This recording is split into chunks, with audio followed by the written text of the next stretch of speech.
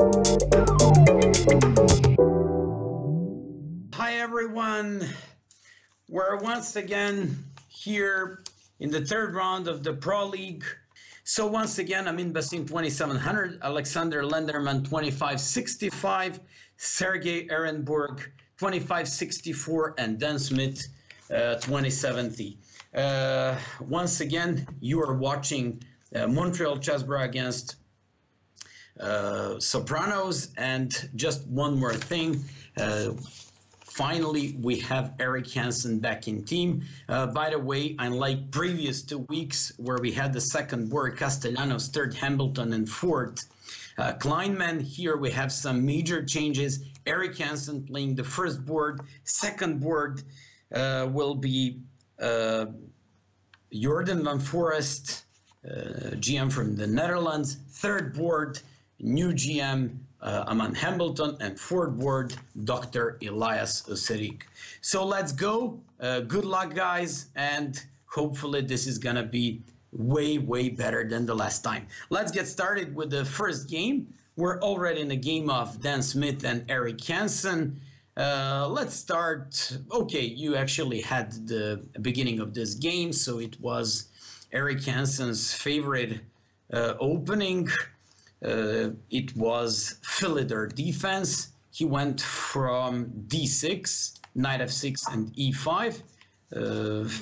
Okay, this is one of the main variations there. Eric used to play takes d4, knight b6. I used to call that variation Serbian line sometimes. Rook e1, classic approach, control z4. Now Eric has two options to play either c6 or a6 followed by b5. I'm not sure what is he gonna go for, but I'm expecting c6. It's the main line. Another opportunity could be to take on d4, and after knight takes d4, to go knight e5, followed by bishop g4. Now, I expect Eric to play a5 after a4. By the way, all these moves are so classic. Here, white goes with this a4 move, trying to advance this pawn up to a5 and get some space on the queen side. The only logical thing here for black is exactly what Eric did, a5, with proper control of the dark squares. By the way, I forgot to introduce myself. My name is Miodrag Perunovic. I'm international master from Serbia, and just like the previous 2 weeks, I'll be here tonight with you. So Eric went for a5, the main and one of the most solid and most popular variations, you know, amongst GMs from 26 to 2700, just because it's very easy for playing. For black, black has a very flexible game, and also you don't have to know much theory here, and black always have a very decent type of games. Here after h3, white wants to play bishop to e3, so to pave up the way for the dark square bishop, and not to allow black to play knight g4. Eric went for queen c7, which means that he wants to play rook e8, followed by either knight f8, knight g6, or to bring his bishop back to f8.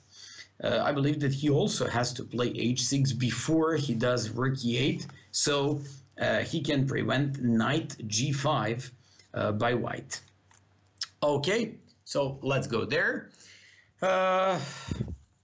Apart from the Eric's game, I like to follow others' games as well. So let's get started with game Sergey Ehrenburg against Jordan van Forest. Let's go there from the very beginning. And Ehrenburg went for e4, e5, knight f3, knight c6, bishop c4, very popular lately Italian opening. And just when you think that now some sparkle's gonna happen because they play c3 and hopefully they will play d4, all of a sudden after knight f6 they play this d3 move. This became very popular lately. Almost the whole world plays this, including top world GMs like Magnus Carlsen, Fabiano Caruana, and others. So after d3, d6, h3, a6. By the way, I remember analyzing these positions lately for black. I realized that black scores fantastic with approach where this pawn moves instead of a6 up to a5. It stops before, it gets some space on the queen side, and as far as I remember, this a5 move seems to be one of the most beneficial lately for black. After bishop b3, bishop goes back to a7, knight bd2, and h6. You know what? Black can go for two type of plans, can go for either bishop e6 opposing the bishop on b3, or playing knight e7 and knight g6. After knight f1, we have traditional knight journey via d to f1 to g3 or e3. Usually it goes to g3, and Jordan played d5 reacting in the center. After queen e2, bishop e6, knight g3, castles, rook e8. Both of these guys play like bunch of these normal moves and very typical for this line. So after rook e1, queen e7, knight h4, threatens some knight f5, rook e8, and after knight f5, brought that queen back to f8. Queen f3, for the first time threatening knight takes h6, and the knight on f6 is hanging. This is very interesting moment of the game, because as far as I see, Jordan would have to move this, okay, d takes e4. Interesting would be to see, okay, most likely d takes e4 as well. On knight h6, I guess king h8 should be enough, and the piece would be his. Yeah, so definitely he would have to play like d takes e4, and then Jordan would most likely have to remove this knight out of f6, because knight h6 is threatened by white. I'm just checking something. What if knight h6, king h8? I was talking, I thought for a moment queen e3, but I forgot about the existing bishop on a7. Okay, somebody in the chat room asked me, what's the lineup for today? I just have to give you the lineups. So the first board, the master is back. Eric Hansen, first board, his first appearance for the Chessbrahs squad this year. Eric, we wish you the best of luck, and he's going to be a really big improvement for our team. Then second board, Grandmaster from the Netherlands, Jordan van Forest. Third board, Aman Hamilton, and fourth board, Dr. Elias. For the first time, we have 3 GMs in the team, which is great. And also, we're just playing and facing a very strong team. So they have Amin Bassam, famous and the best African player at the moment, 2700. Second player, Alexander Lenderman, 2565. Third board, Sergei Ehrenburg from, originally he's from Israel, but right now I see the United States flag beside his name. And Dan Smith, fourth board. So this is going to be another difficult match. I see another very, very good lineup. To be honest, according to ratings, this team seems to be a bit better than the last week team. But if you remember, last week, Pittsburgh Pong Grabbers, they really killed us so bad. Okay, we just have to say that our guys had a bit of a better appearance there. Castellanos made a couple of blunders. Kleinman wasn't on the top of his task as well. So let's just hope that everything should be way better tonight. Okay, I just have to tell you something about Jordan van Forest and his original style of playing. Look the way he plays. All his openings positions are completely crazy. Usually they're full of very original stuff. I immediately wonder what was happening after knight h6. Look at Elias, he's just dancing on the screen, so we just have to see why is he behaving like that. Probably his opponent blundered queen, but we'll check that in a couple of moments. Or maybe he's just trying to encourage himself and trying to be like more brave in this match. Okay, let's go. This position is very, very difficult for assessment right now. I'm talking about Ehrenburg and Jordan van Forest. I don't see anything better than bishop queen g7 for him. But okay, in my opinion, he already lost a pawn. So this should be, as far as I see, this looks okay for white. Okay, let's go to the game of Aman Hambleton. So Aman playing white against Lenderman. I remember this guy from the World Cup this year. He had a very surprising and strong World Cup first couple of rounds. Aman went for d4, knight f6, bishop f4, his favorite London system. E3, bishop b7, c3, and he all the time goes with hyper solid approach without any c4, knight c3, but strictly c3 and knight bd2 aligns. Okay, h3, hiding his bishop and making shelter on h2, knight g on f3, bishop d6. If you guys remember Title Tuesday and game played by Magnus Carlsen, I believe, or not Title Tuesday, actually, it was the final match of the chess.com Blitz Championship, World Blitz Championship. Magnus Carlsen played this bishop d6 against Nakamura and won the game. The approach is very nice because once you take on d6, this pawn goes up to d5. And then whether you play c4, e4, it will always be exchanged and traded for one of those pawns. And then you can play another pawn from d7 to d6, getting like the full flexibility of your pawns. So after bishop g5, h6, bishop f6, queen f6, Aman went for this one, bishop d3. Looks okay. He wants to play some knight a4 or even bishop e4 or sometimes even e4 reacting in the center. So queen d8, castles, bishop e7. I guess Lenderman wants to play c5, c takes d4 and d6 flexible approach, and Aman goes with e4. I like this approach when Black gives up bishop for the knight on f6 and then builds up a strong center with e4. After c5, normal move, a3 to stop any knight c6, knight b4 and secure the position of the bishop on d3. C takes, d5, and Aman goes with e5. I guess now in this constellation of pieces, makes a lot of sense for white to go with the battery. Bishop b1, queen c2, because they should never have g6 because it's very, very weak king side. But after bishop a6 seems the only move. Bishop a6, knight a6, queen a4. He's getting now full control of the c file after rook c1, queen b7, queen c6. And I really have to say that the final position after king f1, 23rd move by Aman, white seems to be absolutely fine. I like the existing pawn on a3 because it limits this knight on a6, also takes away all these dark squares for black pieces.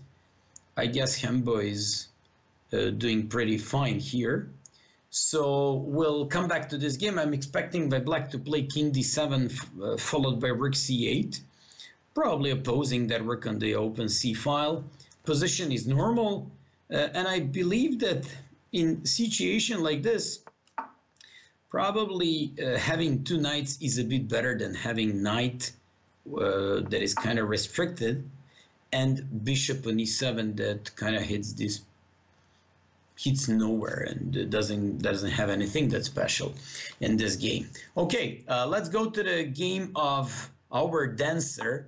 So Dr. Elias, who's facing the strongest opponent so far in these three matches, 2700 GM, strongest African player, I believe, ever. So Grandmaster Amin Bassem from Egypt. So let's take a look at the game. d4, knight f6, c4, g6, knight c3, bishop g7, e4, d6, and h3. After h3, you probably know this variation with h3. It has different names. One of the names is Makagana variation. What the point of h3 is against the King's Indian, sooner or later when black hopefully tries to break on the king's side with e5, knight h5 and f5, white will on time play g4, preventing this f5 counter or just action by black. So after castles, bishop g5, c5, and now instead of typical King's Indian approach, this guy just goes with kind of Benoni. c5, d5, e6, knight f3. I don't like this knight being on f3. I immediately have to say that. I believe he has to place his bishop on d3 and play knight g on e2. Or let me just see, knight f3, c takes, e takes. If he wants to play with the knight on f3, he probably had to play e takes d5. But let me see, rook e8, bishop d3, c4 exactly, b5, knight bd7, castles, knight c5, rook e1, queen b6, bishop e3. Okay, I guess Doctor knew what was he doing. I don't see any particular problem here for black either, but I also don't see anything that bad about Doctor's game. So after knight d4, 16th move, a6, rook c1, rook a c8, f3, knight f2 d7, f4. I don't like f4. I don't like f4 as soon as it happens, but simply after knight f2 d7, black was most likely threatening to jump on e5 and go to d3. That's why he had to play f4. You know what? Whenever you play f4 in Benoni type of games, e4 pawn could become very, very serious target. So after a takes b4, queen b4, rook b1, this is the current position. I just have to say that Elias' game looks quite okay. I see some problems about this position.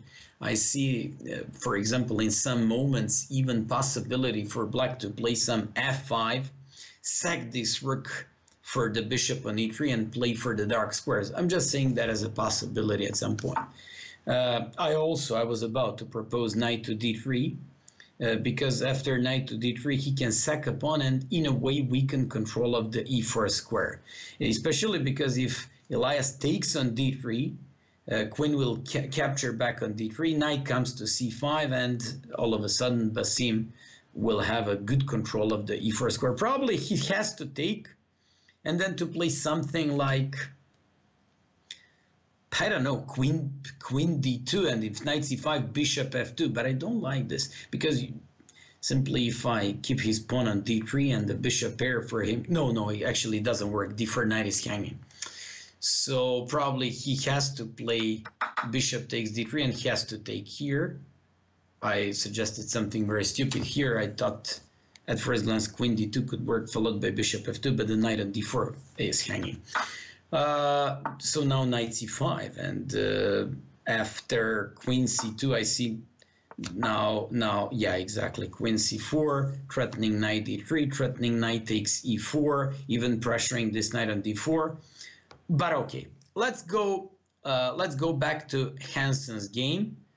We just want to watch and once again follow Eric Hansen. Just like I said, I'm very excited because this is his first match for Chessbrahs in this year. So let's go back to the move 10, when white played bishop g5, Eric played rook e8. He could have gone for rook e8 because no more knight g5 by white. And after queen d2, knight f8, rook a d1, Eric went for knight g6, typical maneuver in this position, and now queen d3.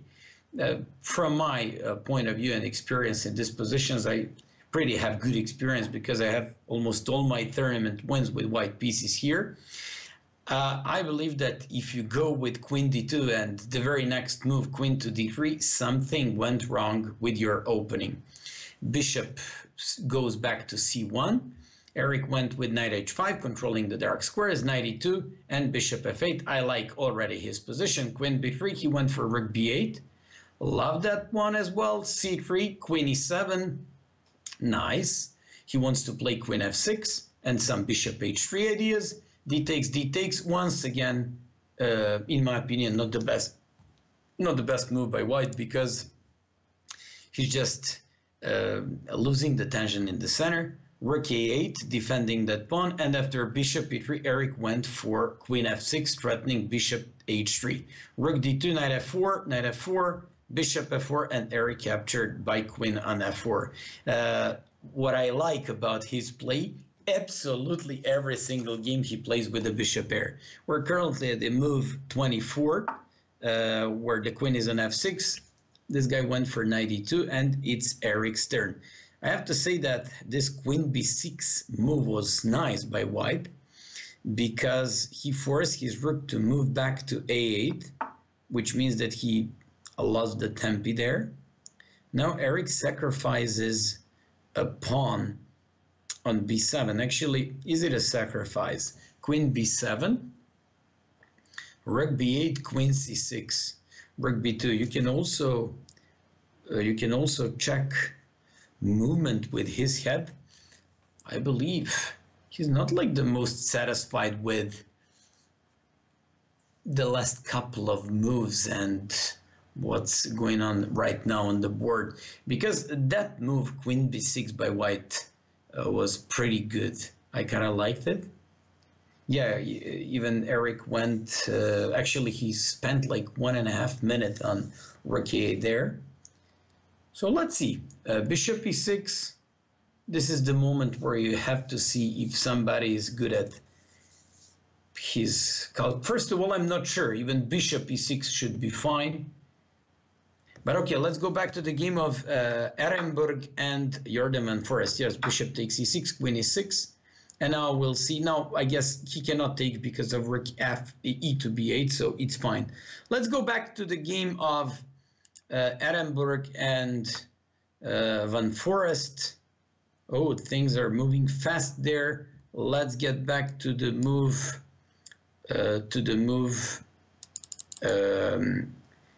18, when the queen f6 was played by white. When Forrest captured b3, bishop h6, and he played rook e6. I like this one.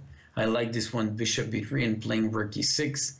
It really went well for him, so great calculation. I thought for a moment that he couldn't do anything better than queen g7, but I like this one, bishop b3 and rook e6 very much. So after queen g5, rook g6, queen g6, now he won 2 pieces for the rook, which seems to be absolutely enough for black. Went with the bishop c2, captured the pawn on d3, and did he have to take on e4? And after rook e4, played rook to d8. Rook e1, bishop c5, g3, king g7, king f6, and now let's go to the final position. We're just going to move a little bit faster with these games. Final position is 39th move, and he went for rook a5. Okay, if somebody can play here for a win, that's Jordan. That would be a great win for us, because he's black. Ehrenberg is very experienced GM. He used to be very active and very strong a couple of years ago, but I believe that he's in some sort of chess retirement lately. Okay, a3 probably has to go back with his rook to d5, because I don't see what would this rook do better on a5. Maybe to go on rook b5, but after b4 he anyways has to go back. Okay, he went with the knight d5. Still fine, still okay. This looks better for black. Let's just check the game between Hembo and Alexander Lenderman. So we won't go back with the moves. Actually, let's check the game, because they haven't changed much. So move 23, king f1 was the last move. King e8, king e2. These kings were marching up to the center. King d7, rook c2. I stopped here and I said probably rook c8, but he went knight b8, h4, knight c6, king to d3, and f6, undermining the pawn structure. Hembo played g3, rook f8, threatening to capture an e5 and attack the pawn on f2. G take, e takes, g takes, knight g1. He wants to play f4, and that's why Lenderman played e5 on time. Knight e2, bishop d6, knight b1, nice maneuvering. By the way, don't forget, Aman is real master with his knights. You remember that from the last year. Every time he had his knights, he really knew what was he doing, and he mainly won his games. Even against Magnus Carlsen, he had a great thing. So after e4, king e3, knight e7, knight to c3. Once again, I have to repeat, believe in Hembo and his knights. Even if he's in a bit worse position, he's going to be able to come up with something very resourceful because he knows how to play with these pieces. Okay, position is round equal, but just like I said, not especially complicated, although he's just as usual, just like every other week, he's just running out of time. Let's just check the game between Elias and Amin Bassam. Elias is only 4 seconds left. We don't have time to go to the whole game. Elias has a very nice game there. I mean, okay, he's down a pawn, but I believe, yeah, Amin Bassam played very strong knight to d3. Let me just go back to that moment when he played. No. Okay. Let's check this one because 4 seconds left. Knight d5. So we're just waiting for Bassam's move. Okay, Bassam is up a pawn. He should be better here. But what I meant, Elias has a very decent game here. He's playing his first game this year, playing against 2700 GM, and this is fairly reasonable. Position, result, everything. So we do not have like high expectations out of this game. He goes with b4, wants to probably play b5, but what I don't like about this move, he somehow allows this knight to move, for example, to g3 and to play rook e8, going back to e2 and getting the control of the second rank. Okay, he's now worse. He's now a lot worse. I can see knight to g3. I can also see, for example, h5 followed by h4, weakening and controlling and fixing the dark squares. Let's go back to the Eric Hansen's game. Now we won't have too much time to repeat and replay these moves and what was happening on boards in the meantime. So knight c4, a last move by Dan Smith. Eric is better. Usually bishop is always better than knight when the pawns are on both sides and the game is open. Game is certainly open here, and these pawns are on both sides of the board, but not like entirely. The c3 and c6 pawns are very close to the center. But okay, still black is a bit better here. His bishop is a bit better than knight. His rook is more active than this piece. Knight cannot take on e5, of course, because of the bishop d6 followed by rook f5 and f6, winning the piece. Eric has a good game. Eric, will he maybe make the first win for Chessbrahs? And he plays f6. Okay, the more he plays this position, the more I like this game. He should probably go down to the second rank, play rook e2, then go back from c2, attacking both pawn on f2 and pawn on c3. So rook e2 pretty much expected here, and if king g2, e4, I even believe Eric is very close to be, yeah, rook e2 for sure, king g2. And now I'm just wondering if e5, e4, rook f5, and then e3 doesn't do anything because of knight d, yeah. So e4, rook f5, king g1. I guess Eric should play king f7, activating his king. But on king f7, king f1, rook cannot move anywhere on the second rank because of knight takes e5. So maybe not king f7 immediately. Maybe something before that. Maybe rook c2 first. He plays rook b2. Interesting move. He probably wants to start simply hunting this knight with rook b6. Knight goes back to a5. Well, now I see e5 and e4 and e3 possibly very dangerous, but an e4, rook f5. So e5, rook f5, e3, rook c5, e2, rook check, king f7, rook c7. So nothing. Oh yes, and then he can go with the king on h7, and if rook e7, rook b1. Okay, that was an interesting line, e4 to play on d3. Knight c4, rook b1. By the way, we just want to see his game now. So once again, welcome back. You're all following the final moments of the first round in the third week of the Pro League 2018, Montreal Chessbrahs against Sopranos, and we're just following the game between Eric Hansen and Dan Smith. By the way, after this, I'll let you know about the standings. I'll tell you who are these Montclair Sopranos and who are in their team. I will also tell you something about the standings, but now let's follow the games. Eric is oh, this move must be bad because of some e4. I'm really addicted to this e4 move. So maybe g6 followed by f5 as well. Yes, g6. Eric wants to play f5 and to start pushing these pawns.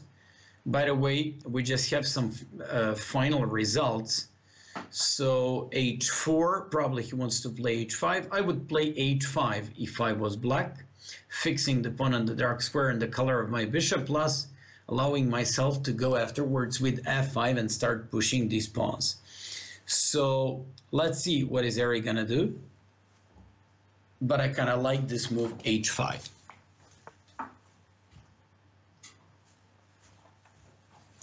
Yes, that's what he did it. G takes h5, and now he has an easier option of playing and pushing that pawn up to f5. King g3, f5 without any hesitation, because knight e3 does not work due to rook c3. Okay, he goes with f5 immediately. Eric should be completely winning. Knight to e3 does not work because in a view of f4. F2 pawn is weak. This is winning endgame. This one, he can take on c3. He can take on c3 because knight f5, rook takes f3, or he can play f4, what we previously stated. I also forgot about what I previously said about this move. Okay, Eric Hansen is winning. Let's go to the game of Ehrenburg, and this is winning. Let's go to the game of Ehrenburg and Jordan Van Forest. Oh, Van Forest is completely winning. He's winning thanks to due to his better time. He's just pushing this pawn. His position is also completely winning. Okay, perfect. So who's gonna make the first win for Chessbrahs this year in his first round? Will it be Jordan Van Forest? Congratulations, that's great, he won. Let's go back to Eric Hansen's game. Eric Hansen won as well. Haman Hambleton lost to Lenderman, and Amin Bassem beat, he's also doctor, he beat another Dr. Elias from our team. Okay, let's check the game and let's see what happened there in a game of Hambleton and Alexander Lenderman at the moment where we stopped. So we stopped like 33rd move, king e3, knight e7, knight b on c3, bishop b8. We stopped here and we both said that, we actually said that this is around equal. Aman played king d2. Okay, fairly normal move, and f5. Okay, at this moment, I already think that black gets slight initiative in this type of an endgame. He wants to push his pawn up to f4 and create a weakness in g3, followed by rook f3.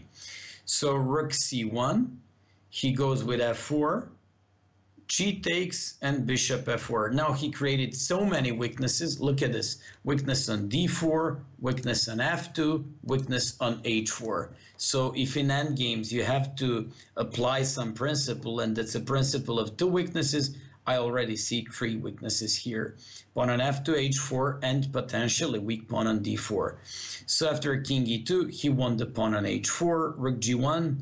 Aman got some sort of activity, but after king e6, rook g7, and knight f5, he took another pawn, and then the rest was just technical part in this game.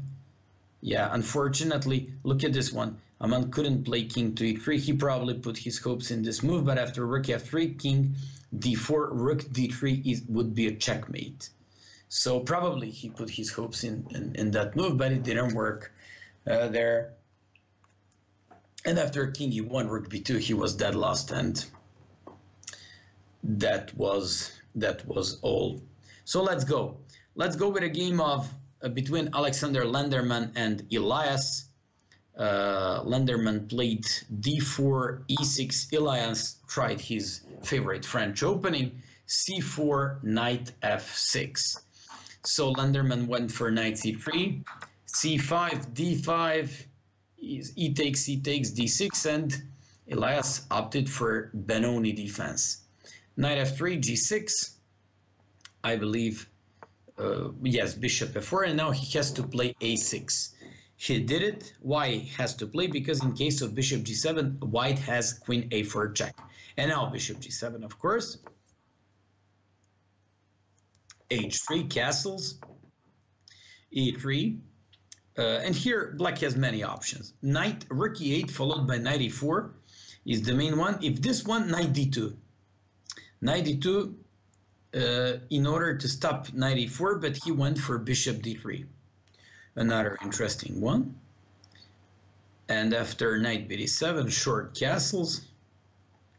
Okay, we check the game of Elias. He just played his favorite. He tried to play the French opening, but his opponent, of course, went for c4, knight c3, and transposed into the well-known waters of the Benoni defense. And let's go to the game, probably the derby of this round. Aman Hambleton playing against Amin Bassam. Amin Bassam went for his favorite King's Indian attack with the white pieces. e4, c5, d3, e6, g3, d5, knight d2, knight c6, bishop g2. Before we carry on with this game, I just have to tell you one thing. I read so many articles by this guy, Amin Bassam, who wrote about these type of systems. He's very creative, very strong in tactics. I like his games very much in this system, and it is going to be very, very difficult match for Aman, who has to hold his opponent. After knight g on f3, g6, castles, bishop g7, rook e1, castles, and h4. Just like I previously told you, he has some crazy creative ideas there. He's extremely strong. He probably wants to do knight f1, knight h2, knight g4, doing some attack on the king's side, using control of the dark squares. I like his game. On the other hand, if a man doesn't play h5, for example, right now, I absolutely have no doubts that he's gonna go with h5 himself. So let's check. Aman decides to lose the tension in the center, and he takes on e4. Interesting moment of the game, because white can play knight takes e4, just like d takes e4.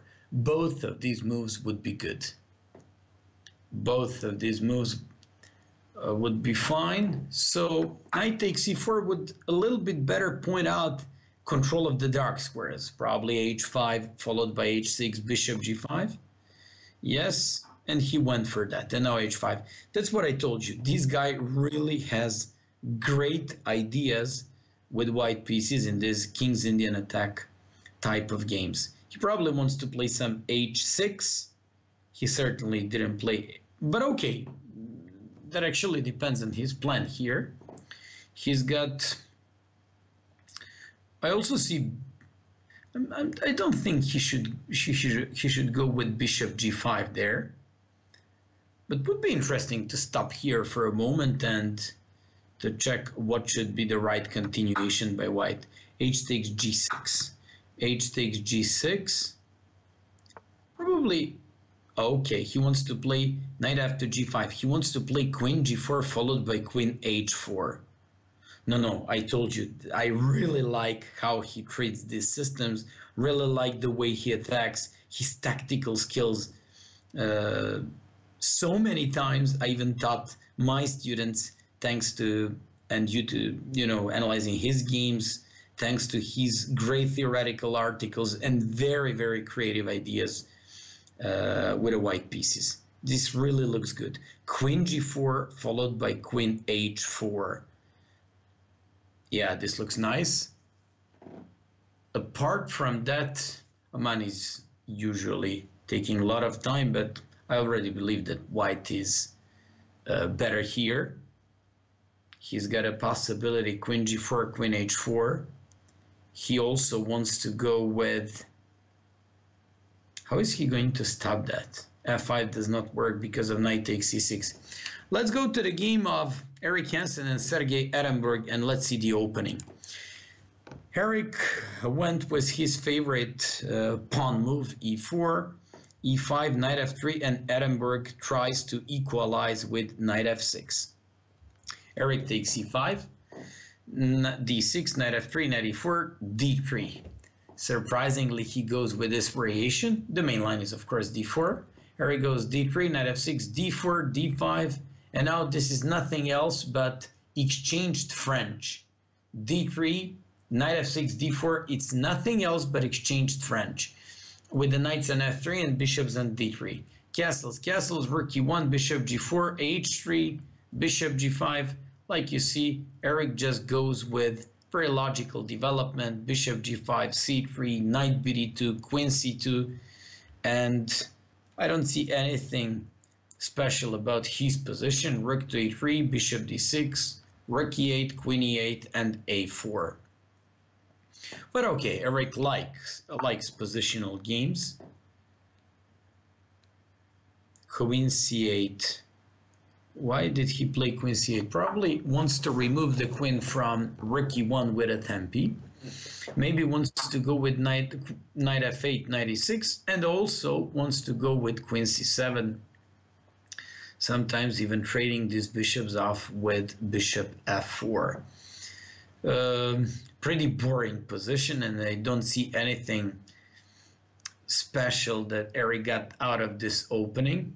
If I was white, I would never opt for this variation with d3 because it's not that ambitious with white pieces. But okay, probably Eric has some experience in those games. Let's go for Jordan Van Forest and Dan Smith. Jordan just has to win this game because the difference in ratings is very high, and Jordan is definitely favorite in this game. So we just put all our hopes in this game. d4, d5, bishop f4, knight f6. Jordan, just like Kembo, goes for a London system. Knight f3, bishop f5, e3, e6, e4, knight c3. And I have to tell you something.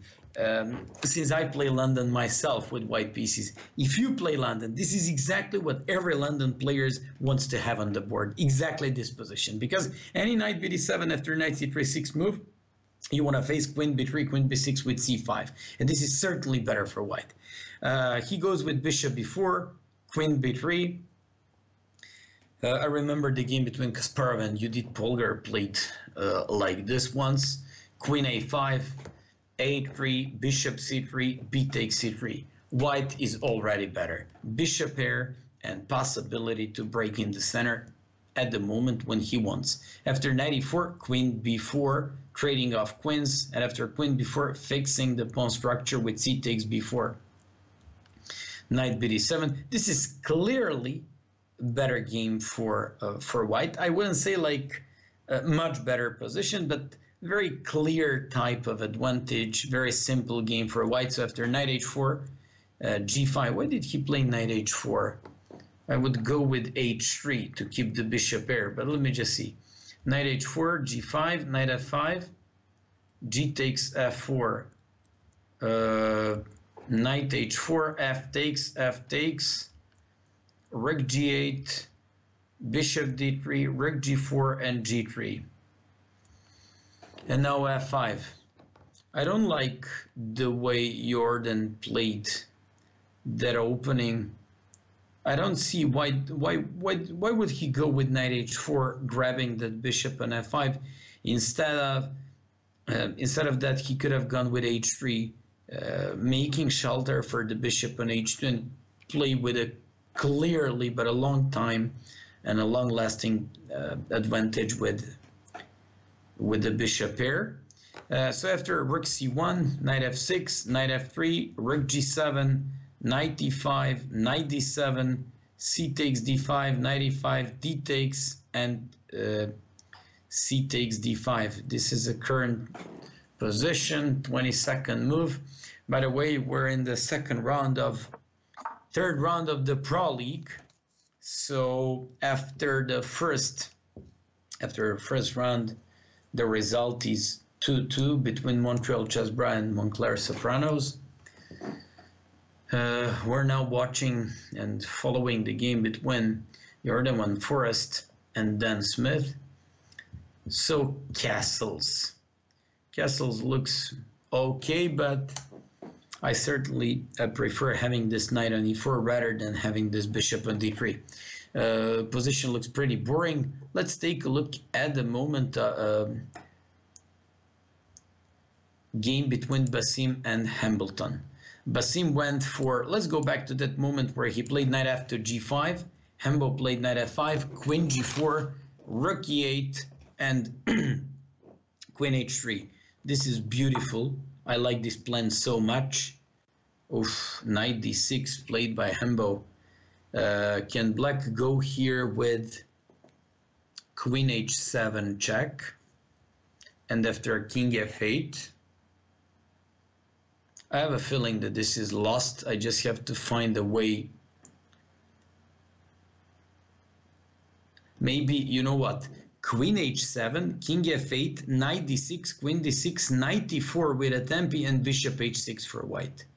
That's what I see. So queen h7, king f8, knight d6, queen d6, knight d4 with a tempi, queen goes somewhere, and then bishop h6. So yes, exactly, he played queen h7, what I proposed previously. Knight takes d6, knight e4. Oh my goodness, I'm playing like 2700. So knight e4, and when Hambo goes with something like queen d7, I see bishop h6 with tremendous problems for Hambo here. Pretty difficult game for Hambo. I told you from the very beginning, but I didn't believe he would be almost completely lost after 15 moves with the black pieces. But okay, in the beginning of this game, I just told you that this guy is so experienced in these positions, and I very much like his games there. Tough start for Hambleton, who lost first game against Lenderman with white pieces. Most likely he's going to have like a very difficult time in this game as well. Very hard to make a comeback. He's just in bad passive position. King is weak, dark squares are bad. Okay, let's go to the game between Lenderman and Elias. Lenderman playing white, Elias playing black. Let's go back to the move 12, where we stopped. Queen c7, defending pawn on d6, e4, knight h5, and then he went for c4, knight c5, attacking pawn on e4, knight e2, threatening knight on h5, knight f6, threatening pawn on e4, and e5. This is a nice way to break the pawn structure. D takes e5, knight takes e4, threatens to push this pawn up to d6, controls the dark squares, also attacks the pawn e5, and after knight e4, I like this move. Knight e4, knight e4, rook c1, queen d8, a5. Once again, I have to say, Lenderman has a very difficult style to face. I believe I played this guy a couple of times, and he's got a very original style. His moves are very interesting and usually very creative opening approach. But why bishop d7, knight b6 now? Why bishop d7? Because if knight b6, the only move is rook b8, and then he can barely move any pieces there. Could he go for anything better than this? Okay, let's go to a game between Eric Hansen and Adam Book. Once again, we'll go back to move number 19, where Eric played rook e1. Remember, went for queen c7. Eric went knight f1, knight e4. Eric played knight e2. This guy played knight e to f6, forcing the draw. Actually moves repetition with a draw, but Eric doesn't want to take a draw. So after bishop f6, g takes f6, goes with h4, h5, and he wants to push this on a win. H takes g6, h takes g6, it's Eric's turn. Probably knight f1, followed by g3, king g2, knight t3, and something like this. So let's carry on and let's just follow this game. Nothing too special about this game as far as I see. Okay, Eric played c4. Eric played c4, fairly nice. Okay, he opens up the game there, which really looks okay. So after c4, he threatens c takes d5 to create an isolated pawn on d5, trade off the queens and play rook. Okay, he threatens c takes queen c7 and rook e7 to win the piece. That's nice. Let's see what is his opponent going to do in that position. Okay. By the way, after first round, result is 2-2. Eric Hansen and Jordan Forrest won their games, and Aman Hambleton and Elias, they lost their games. So we're following the game between Eric Hansen and Sergei Ehrenberg. It's very important for Eric to win this one, even though his opening wasn't anything that, let's just say, convincing. I still prefer a little bit more his position. This looks, because his position is without any structural weaknesses. D takes c4. Okay, this also looks fairly nice. Probably Eric has to capture by knight on c4. Yes, he has to take by knight. An interesting idea here would be queen e4 followed by queen e6. That's an interesting thing. I can see this guy all the time dancing. I just wish to check his position. I'm talking about Elias, who's dancing all the time. Let's just check his game for a moment and see, is his position for dancing? Well, his position looks fine. The last move, let's get back to the move 22, knight b6, where white clearly had a bit better position and played queen c2, threatening the knight on e4, knight d6, queen c7, and plays bishop b5. I guess, judging by his smiles, judging by his dancing, he just has to be very satisfied here. And really, his position looks okay. Okay, so rook after e1. It's black's turn. An interesting move here could be, for example, an empty move, but move where he would just improve his position, h5. Sometimes he wants to push that pawn to h4. Sometimes he just wants to limit the light square bishop to go on g4. Maybe he wants to go with some queen g5, knight f5, queen g5, knight h4 afterwards. I'm just saying somehow in those positions doing something like this. This could be interesting. Let's get back to the game of Jordan Van Forest and Dan Smith. Jordan, this looks very difficult to assess at first glance. Jordan has to win this game. I mean, the rating difference is really high. And sorry, but for all of you who criticize me because I'm not using an engine analysis, once again, I have to remind you, this is the real beauty of the game, because I was just trying to explain that to some of viewers and fans of the Chessbrahs.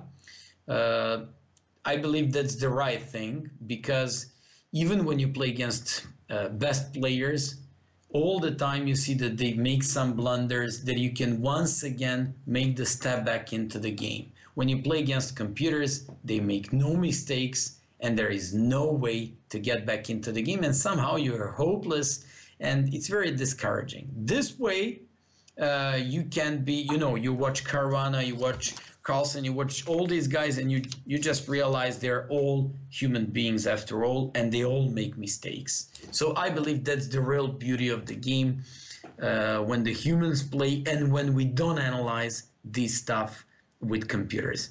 It's interesting move. He played King G5.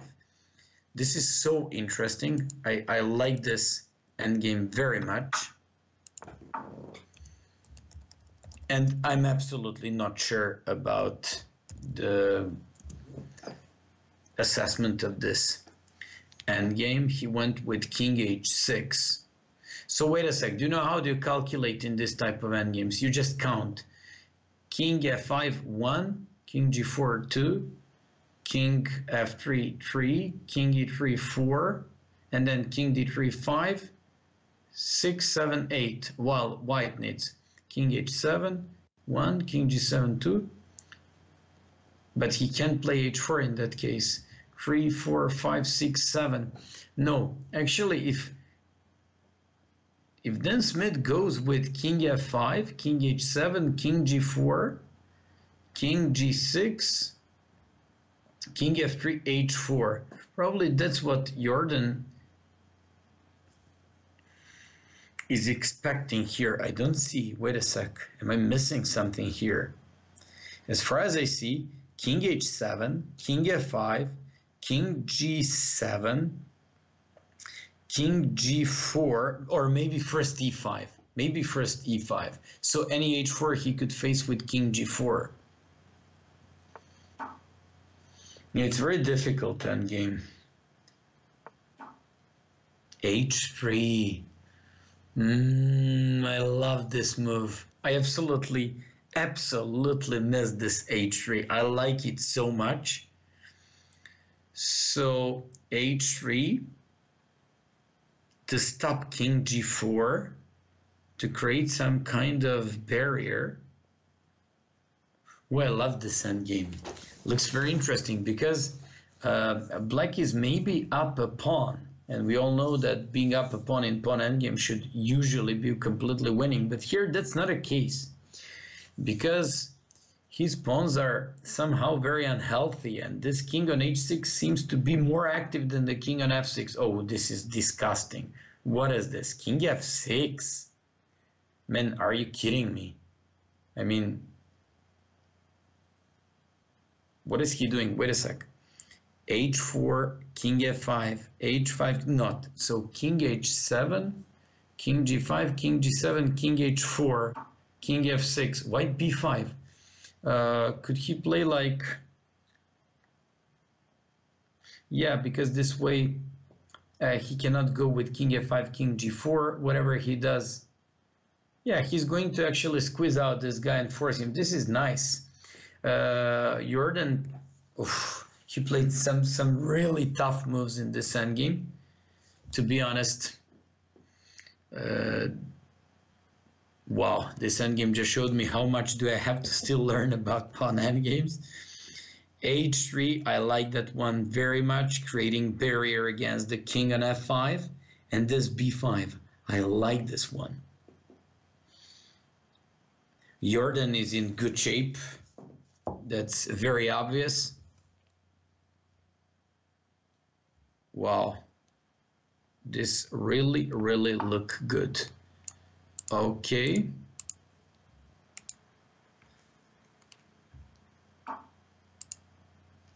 So a5, and now it's his turn. Probably he should just make any move there. Yeah, okay, yeah, and anything he does, he's just going to put his opponent in Zugzwang and squeeze him out, exactly. After king g5, king g7, king h4, king f6, king h3, king e6, king g3, king d5, and after king f3, king d4, and white is winning. Yes, that's the way to win. So if king g5, king g7, king h4, king f6, king h3, king e6, king g3, then he goes king d5 attacking the pawn, and when the guy comes to f3, he plays king d4, well-known opposition, kicking off the king, winning the pawn on e4, and winning this endgame. Brilliantly played endgame. Let's just see the end of this game, but as far as I'm concerned, this is really beautiful. This is really beautiful.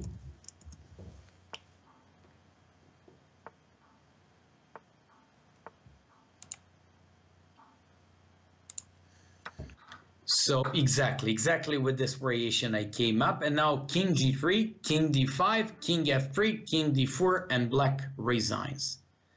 Black should resign there.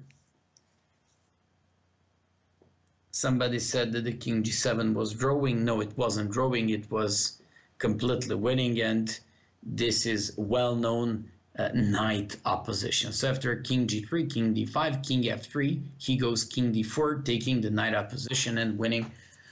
So that's so nice. Why king e4? Okay, king e5 as well, and now king d4. It's pretty much the same. Okay, well played.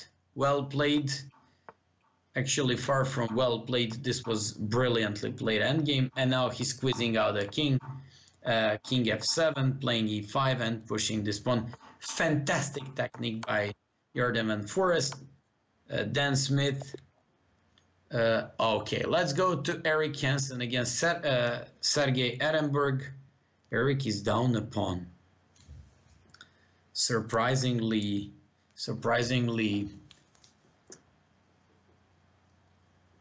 inambitious opening by Eric Hansen there. Okay, he's down a pawn, but okay, with the queens on the board, with these knights, his position still looks pretty okay. Queen goes back to c2, and now he threatens some queen g2 even. So this is fairly nice position. On any knight d5, he can give check queen g2, and then go with knight d3, knight e5. b6, queen g2, he went for that. He probably wants to play some queen g5 now. For example, if king f7, queen g5. That's what I see there. Exactly.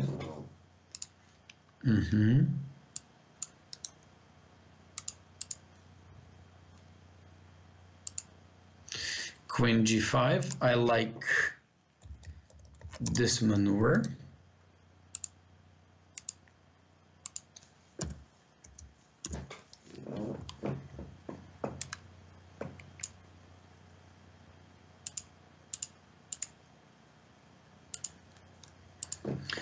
So once again, I have to say that Hambleton lost to Amin Bassam. Amin Bassam played a great opening and great game with the white pieces in his favorite King's Indian with white. That Jordan Forrest brilliantly ended up his game against Dan Smith. And Eric Hansen is still playing, and also Elias is still doing a good fight against Alex Lenderman. Hansen is down a pawn. He's fighting so hard to make a draw here, and he's gonna do it. His pieces are active, and he probably has to place his king on f2 in order to do some knight h5, knight f6. Eric Hansen offered a draw. That's an interesting draw offer. He can't move his knight out of f4 because queen d5 check, and any transposition into knight endgame with a pawn up for any side should be better for black. Ehrenberg declined the draw offer, played a5, and he clearly shows his ambition to win this game. He wants to play b5 and a4 to create a passed pawn. It also could give Eric good enough sign to start making some tricks in this game. Plays king e2. If queen f3, Eric will for sure play knight d3, and pawn on b3 is untouchable because of knight c5, and queen will be off there. This looks okay for Eric because king on d7 is weak. King on e7, the knight on e7 is kind of weak. Now knight d3 now. Eric went for queen c4. Why not knight d3 followed by knight c5 to be even trickier there? He went queen c4. No, queen a4, I guess. Queen a4, exactly. Knight d5 does not work because of knight d5, queen takes a3. Because on knight d5, knight d5, c takes d5 does not work since king is pinned on d7. So queen a4. And I see knight d3 followed by knight c5. King e8. Well, I would go with knight d3 here. Eric goes king d2.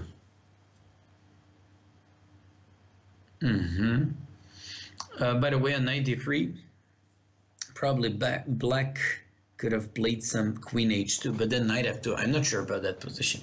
But let's not discuss the position on board. This will be very interesting. King f7. Okay, normally he just wants to hide his king. What if knight d5 now? Because on knight d5, c takes d5. Yes, exactly. Knight d5. Eric captures without any hesitation. And now he is pretty much focused on getting that pawn. By the way, on king h2, he will hide his king. Poof, I don't like this one. What if king h2?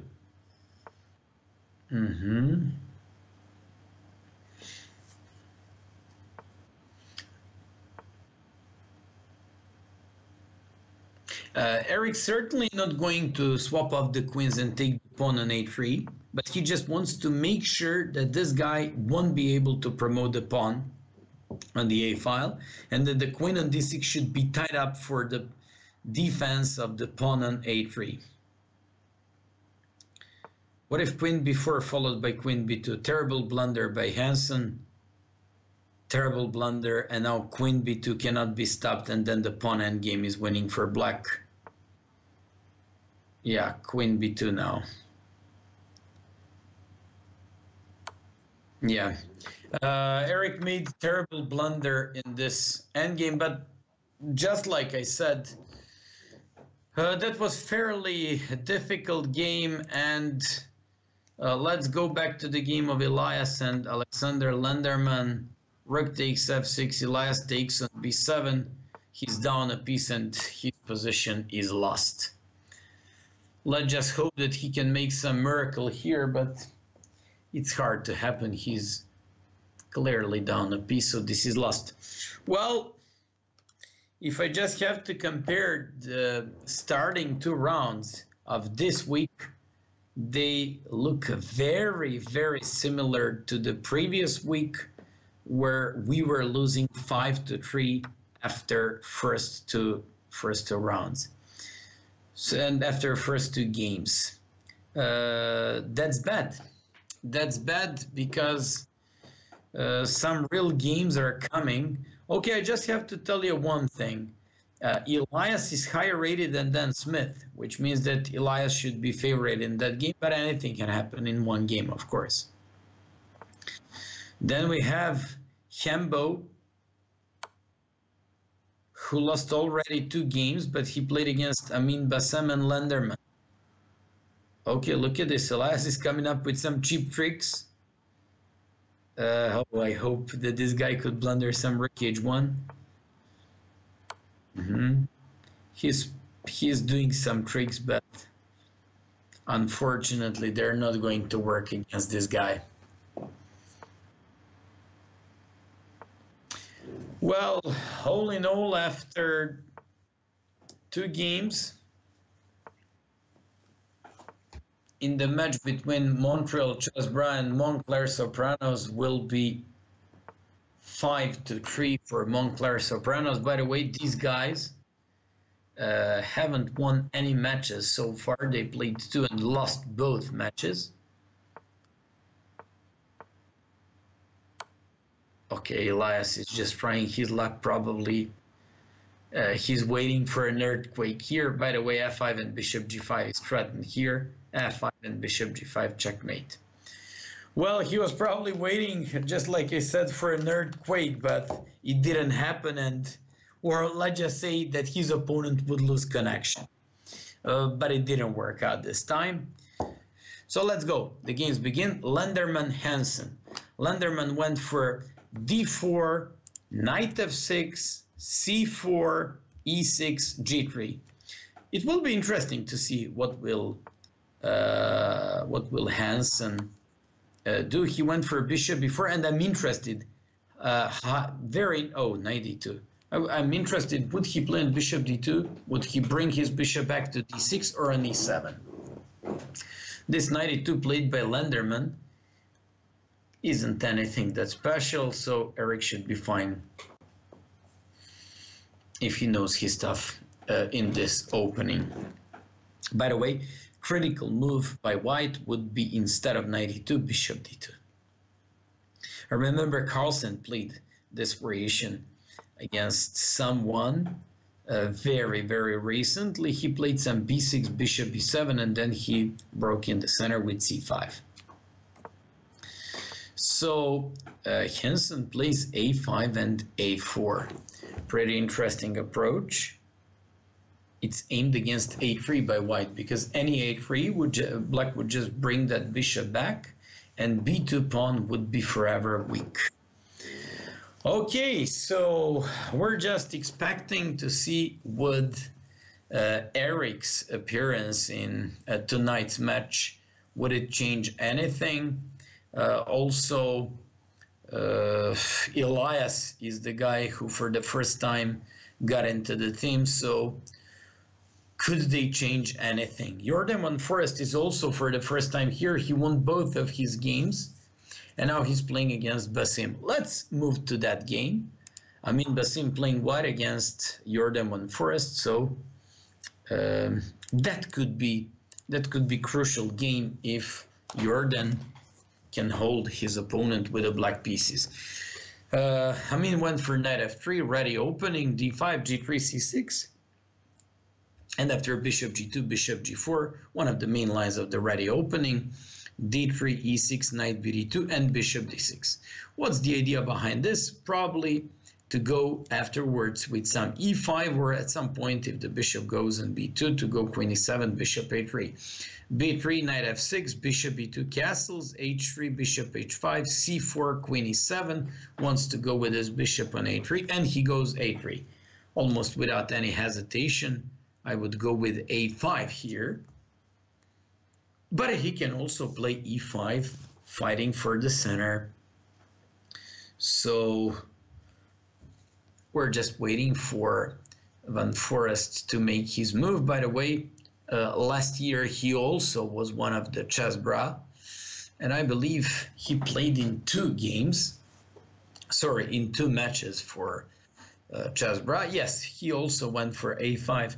And by the way, what could be his idea after a5? I guess he wants to play b5 afterwards and to break along the b file. So, so b5. So queen c2. I guess he would love to have this bishop on g6, but he can't. Because any bishop on g6 could be kicked away with a knight h4. So queen c2. And now he's got two options, to play e5 or just to play rook fc8 followed by b5. He opted for e5 and now e4. An interesting idea. Bishop takes f3, nice thing. To give up the bishop in order not to get, and now probably to take on e4. To take on e4 and strategically looking at this position, black could have only one good idea, to trade the dark square bishops off. That would be a killer plan for white, and that would be an amazing for black. So does he have any way to trade these dark square bishops off? This is like strategical approach to this position, and black should be fine there. But I guess he doesn't have that one. He probably wants to play some knight f8 or knight c5. Okay, black looks fine. Black looks fine. What I like about this opening for Jordan, didn't get any advantage out of his openings with a white pieces. He's extremely g6 here, g6. You have to play on any knight h4 to stop knight f5 with g6. By the way, I said Amin didn't get any specific opening advantage, which I like, because of which I like his position so much. Let's once again go back to Eric Hansen against Lenderman. Eric is doing fine. Let's get back to the move a4 7th, queen c2, knight c6, rook d1, bishop e7, and after a3, Eric has a very normal position. What is a little bit unusual in this system is this knight on c6, but also what is good for Eric is existing pawn on a4 that controls the pawn on b2. So whenever the white tries to open up the game with b3 or b4, Eric will capture and a3 pawn will remain isolated and weak. Let's go to Hambo's game against Dan Smith. Hambleton went for d4, d5, c4, c6, knight f3, knight f6, and went for e3. Dan Smith opted for a6, so-called Chabanenko variation. Here I got my pet variation for white, bishop d2, where I stop b5. By the way, the main idea by Chabanenko for black is b5, and bishop d2 stops b5 because of c takes d5, c takes d5, and a4. Although Mamant went for knight c3, bishop f5, bishop e2, e6, knight h4, winning the bishop pair. Bishop g6, there reminds me on the main line, bishop d2 followed by rook c1, and on any, yeah, nice, queen c2, queen e7. We stopped at the moment where it's Hambo's turn. By the way, even though he doesn't have anything that's special in this position, we just have to say that white is long-lasting better. Simply, he's got a bishop pair, he doesn't have any structural weaknesses, any kind of opening up the game by black with either c5 or e5 by black should be fine for white, because we're just happy to play a game like this. c5 he played, which means that after bishop c7 he wants to play f4, because it's mandatory. If you play like this, you gotta play f4 to stop e5. By the way, these guys have to play bishop a5 to kill the knight on c3 and to jump with the knight on e4. So Dan Smith has to play bishop a5 here. Simply, it has to be his move. Let's see if he's going to recognize these strategical pattern and, you know, bishop a5 is screaming to be played here by black. Simply, he doesn't only want to give up the bad bishop, especially, you know, in the middle games. That's Capablanca's rule. Put all your pawns on the color of the hostile bishop. Why? Because this way you're just blocking this bishop and making it weak. That's Capablanca's rule. So for all of you who don't know about it, in endgames, place the pawns on the same color of the opponent's bishop. He went for g5, legal approach by black here as well. But if I was black, I wouldn't hesitate to play bishop a5. Now, if I was white, I would go with probably b4, or maybe he can go with, for example, yes, b4 I'd go for. So, but you know what? If b4, g takes, e takes, another g5. Another g5. So this is an interesting one. This is an interesting one. By the way, I play these positions with white pieces and I have great results with white. That's why I believe that I have pretty good experience there. Well, if he played g5 and did it this one, he probably should take once on f4. And then to play bishop f5. Simply, he has to do this bishop a5. Let's see if he'll do it or not.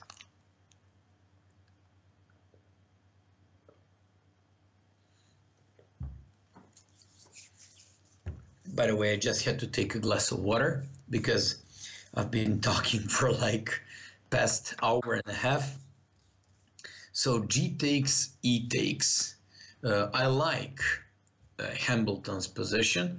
I even prefer now more because e file is open. So he does not only have bishop pair advantage, he also have the e file open. And now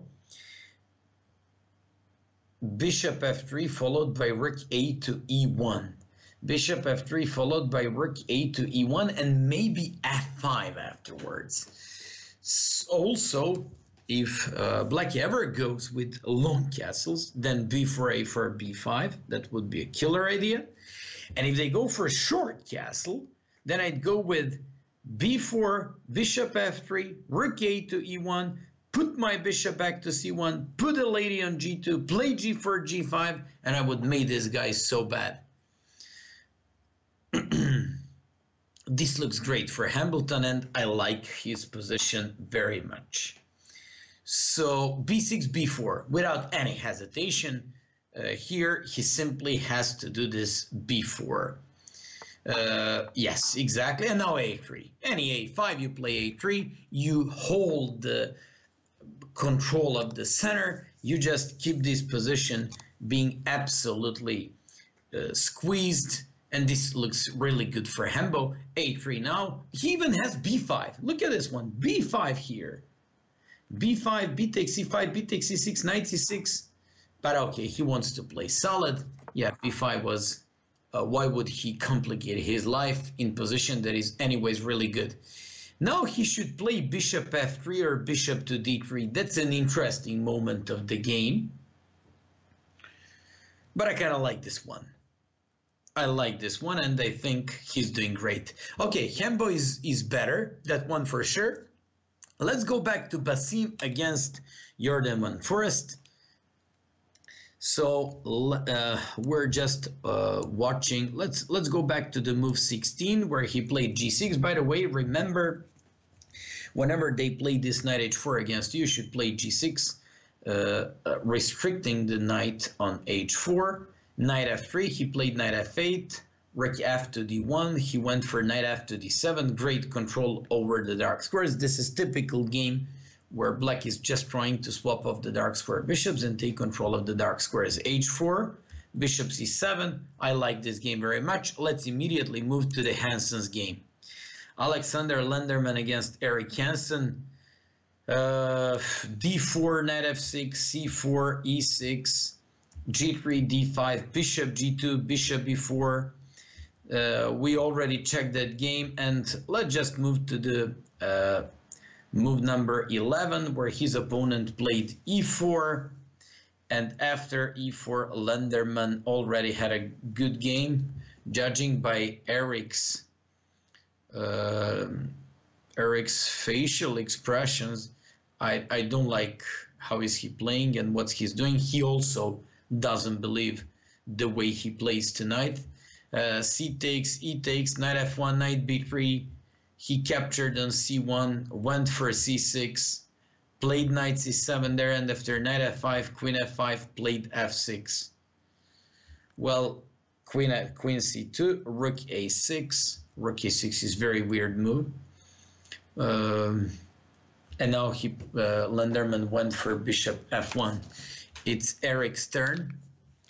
Eric seems to be he looks very depressed tonight, I have to be honest. It's a bad thing when you start actually he won the first game, but right now he's just suffering. Okay, Eric is certainly better than Lenderman, so he just has to cool off and try to defend this position.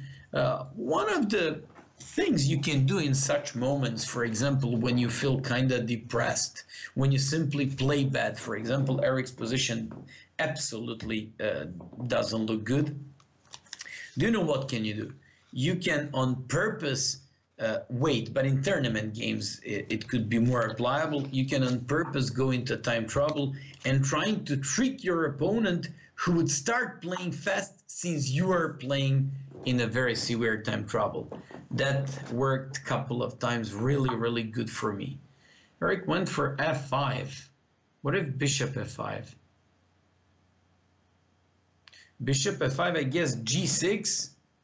Bishop g4, h5. But what if bishop f5, g6, bishop g6? I'm just wondering what happens if that one happens. Because if f5 works here, then black is going to be good. So all he needs to do is just to play g6, put this knight on e6, and get a good defendable position.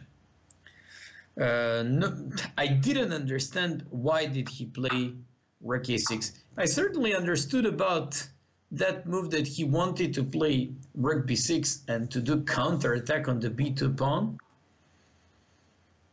But I'm not entirely happy. Now Eric even lost this pawn. h5 does not work because of queen g6 check. Eric wants to play h5 now. He's down a pawn. Lenderman can even go with some king g2 here. So in case of h5, he can just put his bishop back to h3. Difficult game for Eric.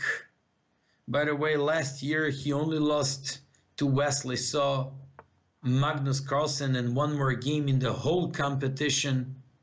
Right now he's playing the match. He lost one game already out of 2 games, and he's suffering in this one as well.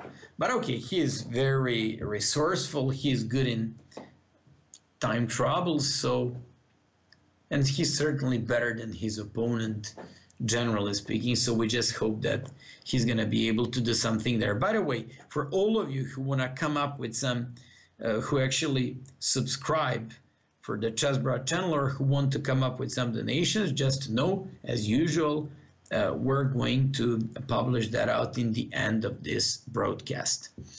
Okay, so Eric plays rook b3. He just goes with some, I don't know, some tricky ideas. Maybe he wants to play some knight b5, but I don't see anything particular about this idea. Maybe he wants to play some h5, h4, weakening the g3 pawn.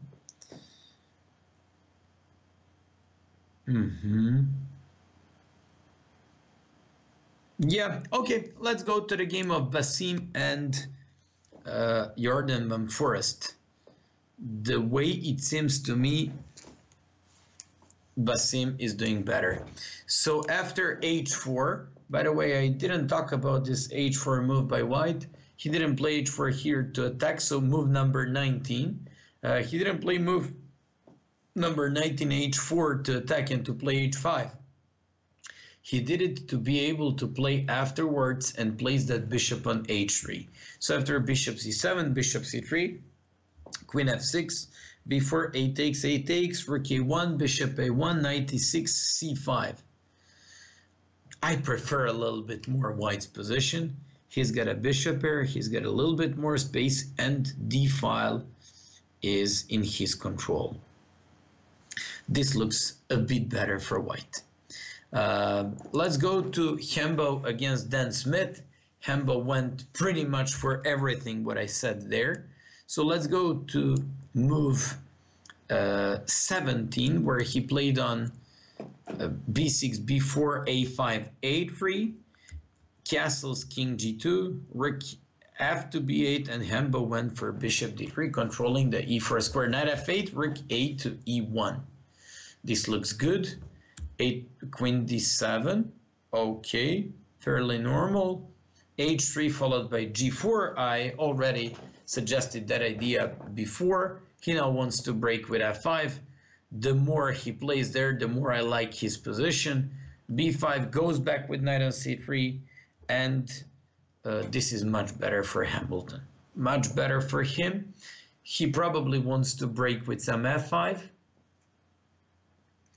I also see some bishop c1, queen f2, queen h4 ideas. This is much better for Hembo.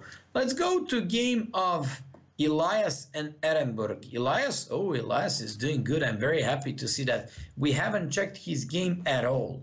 So let's begin from the very beginning. d4, d5. Elias played c4, e6, e3, knight f6, knight f3, a6.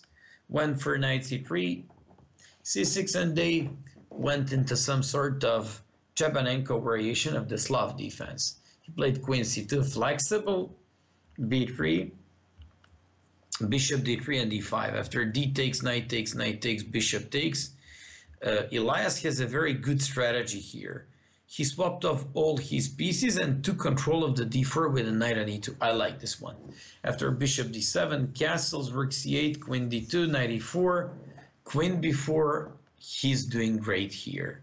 He's doing great here. And after knight f3, 20th move, queen c3, queen d4, all he has to do in that position is just to hold control of the blocking d4 square. This is great.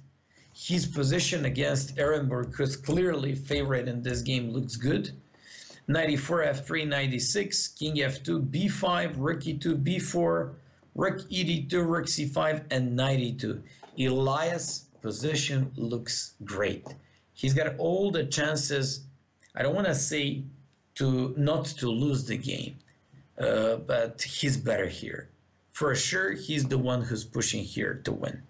This is a good news because we need break in this match. We need some surprise. We need somebody to win surprisingly, in a surprisingly good fashion. For example, Elias or just Hembo, they need to be the stronger guys. Okay, so once again, Basim is a bit better against Jordan Van Forest. Alexander Lenderman against Eric Hansen is just, Eric is just trying to come up with some counter. Elias is doing good, Hembo is doing good. This is surprising because we just need Eric to work finally out here. So we're still watching the game between Elias and Sergei Ehrenberg. Doing great. He's doing great. G4, the last move, getting some space on the queen side. This is good. H6, probably H4, knight f4. This is really good. Okay, let's go to the game of Hambleton and Dan Smith. Hambleton, okay, we're not going to anymore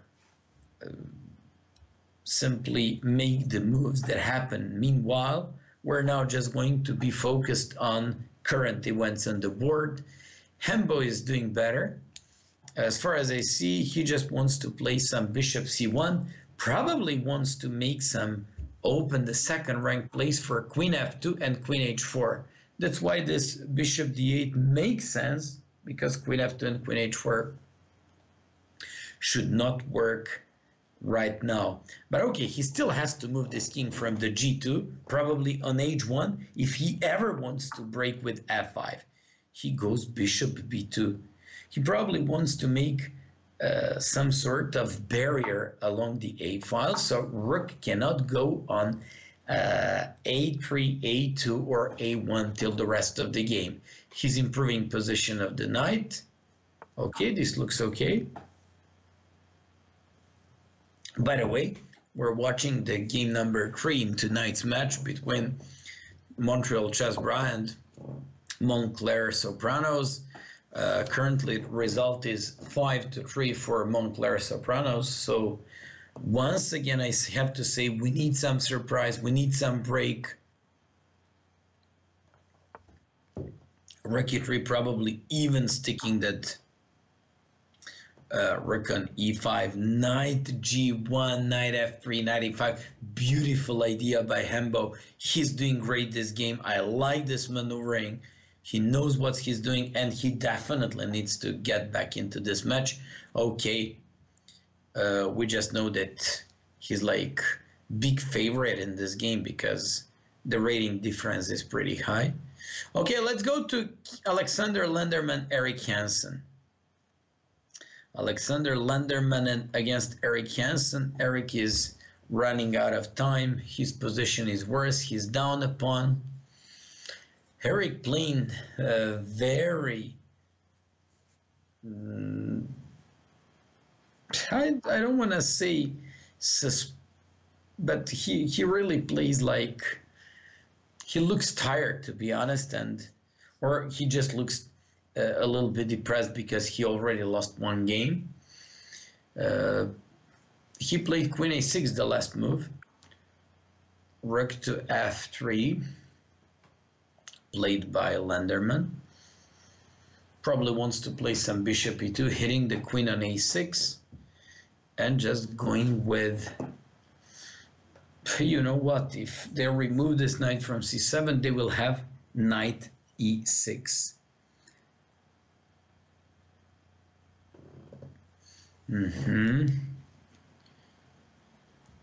Well, let's go to Basim against one Forest. Oh, this looks interesting. This looks interesting because I believe that a final position in the game between Basim and Forest looks a bit better for white, but due to this bad pawn on c5, I have a feeling that we can hope for a draw there.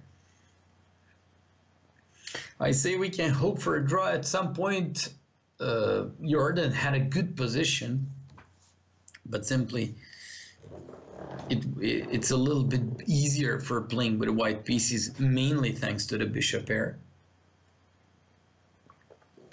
By the way, I hope that king e7, oh, I love it. He almost trapped this bishop on c8. Look at this. So if bishop takes b7, king d7, what a nice way to fight against the bishop pair. Bishop b7, king d7, bishop a8. And then you can never play king c7 because of bishop e5. But you can very hard improve your game. This looks okay. Very close to draw if you ask me. Let's get back to the game between Elias and Sergei Ehrenberg. Elias plays knight h5. His position doesn't look anymore that convincing.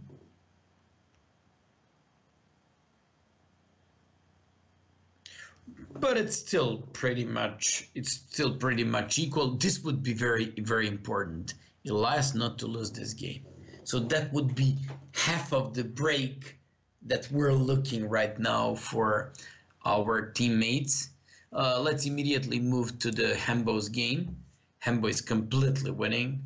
Oh, I like his position very much. Probably this is the game of the round as far as I see.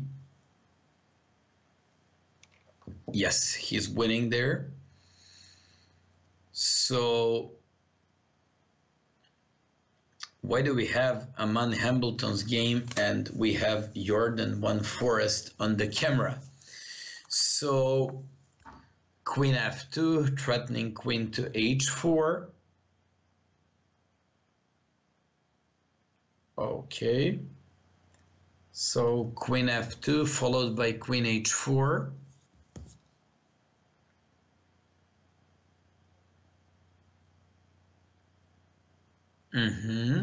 Okay, this should be winning. Let's move to the game between Elias and Edinburgh. I'm really interested in that game. I really hope he could hold his opponent and get more than Precious half point in this match. He played bishop b7. The last move position looks almost dead equal, and with just a proper moves. By the way, Black can never go with bishop f1 because of king c2, king c1, and after bishop takes a2, king b2, and they would lose a piece.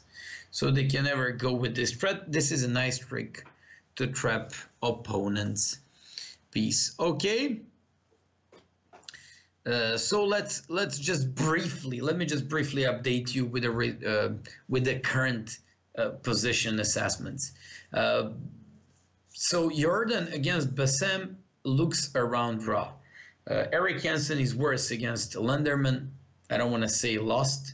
Also, Hembo is doing much better. He's actually completely winning against Dan Smith. And finally, Elias is doing good against this guy. So this is fairly nice because we're losing 5-3, but if we won this 2.5 to 1.5, we can just make this match being very unclear before the very last round.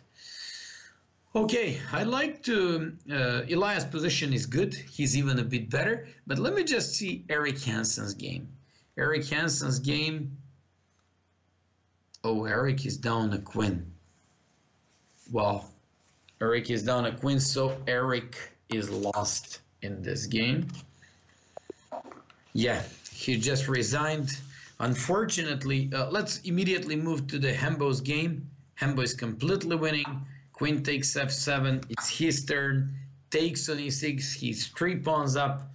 Unfortunately, just like I told you previously, Eric lost 3 games out of like zillions of games in the last year Chessbrah Chessbrah competition. I meant to say the Pro League 2017. He already lost tonight out of 3 games, 2 games. Really big pity. So Dan Smith tries to come up with some tactics, but it's gonna be hard to do anything there. Let's go to Basim against Jordan Van Forest. Oh, this looks good for Jordan. Can he play another pawn endgame and maybe even this one thanks to the activity? Jordan looks very confident. Look at his on camera. He looks very confident. He looks satisfied. For sure, he's not going to lose this one, that one for sure. And this is good. This is kind of, I don't want to say break, but it's very important to hold his opponent with the black pieces. That would be important since Eric already lost. Hemba's going to win. And now, but we won't be able to win this round once again. So bishop f2, e5. Oh, king c5 here, huh? King c5. Or maybe even... yeah, king c5. And if e6... oh, Hembo... actually, wait. Jordan has great chances to win this endgame now. This is the break we need. This is the break we need. We're losing 6-3, but one game can put us back into the match. Let me see this one. Wait a sec. His opponent offered him a draw. He doesn't want to take the draw. Oh, he's winning. Bishop c5, take on e7, and this is completely winning. He can take on e7 exactly. King e6, for example. Or take on h5 and play king e6, exactly. take on h5 and play king e6. He has a barrier, c6 pawn and dark square bishop, so king cannot approach to the pawn c5. Jordan is winning, that one for sure. Jordan is winning, king g4. It's completely winning. This is an amazing win because Basim is 2700 GM, one of their most important guys. He could have gone with, oh, I love it. H5, and if bishop f1, bishop g3. Fantastic win for Jordan Van Forest. This is win. I can immediately say that it's gonna be win. If bishop c7, h4, h4 of course. And now if king d5, king f3, exactly. That's great. And he wants to play, he wants to cover this diagonal with bishop e3. So that's a great skills. 3 out of 3, beating with the black pieces, their best guys. And you know what? Doing a break and doing a vengeance for the Eric Hansen who lost his game. Now bishop f4 and just h3, and that's it. Nice. And if this one king g2, it's time to say goodbye. I mean, that's great. So let's go. Hemba won the game, and whoa, Elias won. That's it. He won. I didn't know that. That's crazy. So 3-1. That's amazing. So we equalized before. Oh my goodness, he flagged his opponent. We gotta see what was happening there. So this is amazing result. Look at that dance. Look at that dance. Come up with some donations for that dirty dance. So let's just see what was happening there. Let's get back to the move number 34 when he played h4. h4, rook c2. Wow, the guy's dancing like crazy. We won that. So g5, h takes, knight h5, f5. So we're on the move 38. Rook c2, rook d2. Yes, king d2, king f7, bishop e7, knight c7, knight g3. King f6, bishop c6, bishop b1. We spoke about this. To trap this bishop, bishop went back to g6 and he played knight e2. Yes, he was controlling the game all the time. For sure, he wasn't worse. And after king e5, played bishop d7, king d6, and went to g4. Knight b5, played king d2, controlling the c3. Bishop b1 once again went for that. Ehrenberg went bishop d3 and played knight d4. After knight c3, played king b2. By the way, wait. Could his opponent played here knight d1, king c1, knight e3, king d2? He didn't. Oh, wait a sec.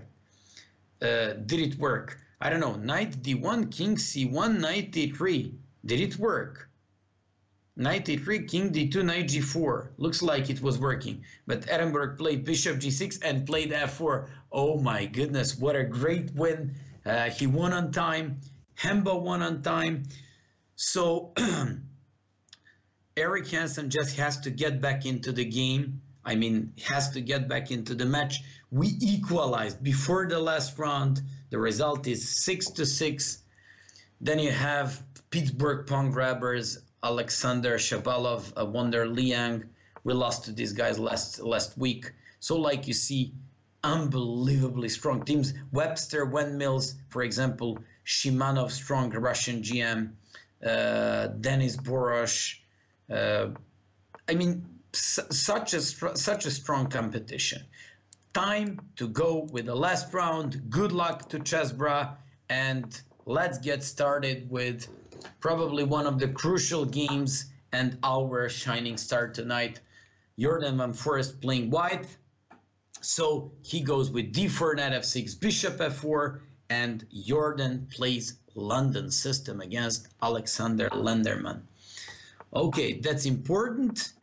It's important to have a very solid position. He goes with e3, e6. Is Lenderman going to play bishop d6? What Carlsen did against Nakamura? Is he going to play what he did already in this match against Aman Hambleton? If you remember, in the first round, he just went for bishop d6. Yes, exactly. He went for this bishop d6. This approach became so popular This approach became so popular, a man went for bishop g5, which was fine. Jordan let him take on f4, take by e pawn on f4, getting like a good hold of e5, and he would just have a good grip on e5 in the rest of the game. It reminds me of some of the Kramnik's games. I like this for white. Okay, it looks solid. Let's go to Eric Hansen's game. We need to check the derby of this whole match. Eric is white. Let's get started with an opening. e4, e5, knight f3, knight c6. Eric went for Ray Lopez, bishop e5, a6, bishop a4, knight f6, castles, bishop e7, rook e1, b5, bishop b3, d6, c3, and this is the main line where Amin Bassem opted for Breyer's variation with knight b8. Eric went for d4, knight bd7, knight bd2, bishop e7. By the way, for all of you who are watching this, if black simply switches the order of the moves and play instead of bishop e7, 11 move rook e8, just to know, bishop f7 followed by knight g5, knight a6, and you trap up the queen on d8. This is one trick for you. That's how I won one of the games, and that's how Boris Pasky was winning against Judith Polgar once. So after bishop e7, bishop c2, rook e8, a4, bishop f8, bishop d3, c6. All these moves are more or less normal. Eric played this variation last year against Magnus Carlsen playing black.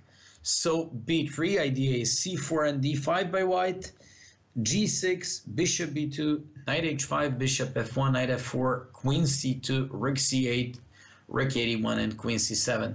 We're just going a little bit faster throughout these moves because they're all more or less classic. Somebody asked me, how do you trap the queen? Well, you have to reply, not to reply actually, to replay all these moves on YouTube once we upload the video, and then to check once again the queen trap. That's a famous way to queen trap. Okay, queen c7, idea is c5. And Eric's idea could be to play c4 followed by some d5. Okay, black went for knight e6 in this position. For example, can Eric go with some crazy h4 followed by bishop h3? That would be interesting. Or maybe he should just place his queen back, maybe to take on b5 and to play some c4 at some point. Okay, so we're just waiting for Hansen's move. So yeah, h4, he did it. h4, he did it. He just wants to place this bishop on h3. He just wants to put a pawn up to h4, and maybe even to place his king afterwards on g2 and go for the attack along the h file with a rook h1. But I'm just saying that could be one of ideas at some point. Bishop g7 by black. Eric plays bishop h3. He finds a good place for the light square bishop. I like this one. So I can still play some good chess if I find a move like h4. Rook a8. I like Eric's position, but at the same time we just have to say that position is roughly equal because black has a pretty solid game as well. Okay, let's move to the, okay, this is the derby match. Of course, 6-6, such a difficult match, such an intense moment for us. Let's go to Jordan Forrest against Lenderman. I gotta check that game. That's a crucial one. One Forrest making 3 out of 3 tonight, doing great. We're going back to the move 7 where he captured on f4, castles, bishop d3, c5, queen c7, g3, and this guy isolated pawn on d4. Guys, looks like this bishop d6 solves the problem against the London system because I don't see any serious problems for a Lenderman in this position. After rook c8, knight e4, it's Jordan's order. So he probably has to take by queen and to bring that queen back to e3 afterwards. But so for example f5 now by black, f5, and then knight b4 followed by knight d5. Knight b4 looks very dangerous to me. Knight b4 because, yes, exactly, it would open up the bishop on b7. Knight should go to d5. Knight can also chase away this bishop. Black looks good. At least he looks good, but don't forget he looked in some other positions very, very bad. Let's go to the game between Dan Smith and Elias. Elias is black. Elias went for his favorite French defense, went for the Steinitz variation, knight f6 against the knight c3, bishop g5, bishop e7, e5, knight d7. Elias looks like he took some really tough drugs tonight.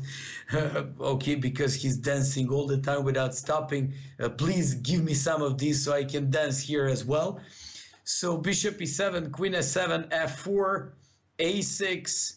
Yes, a6 is the typical idea before he breaks with c5. c5, queen d2, and knight c6. After a long castle, he goes with c4. I like this one, c4. I also did it once in my practice. And on any c4, white has to react with f5. His opponent did it. Of course, b5, knight e2, and then knight b6. Knight f4, he takes f5, and rook g8. Elias g3, bishop e6, knight h4, and it's his turn. It's his turn, so knight h4, he should choose the right one. Okay, so he's up a pawn.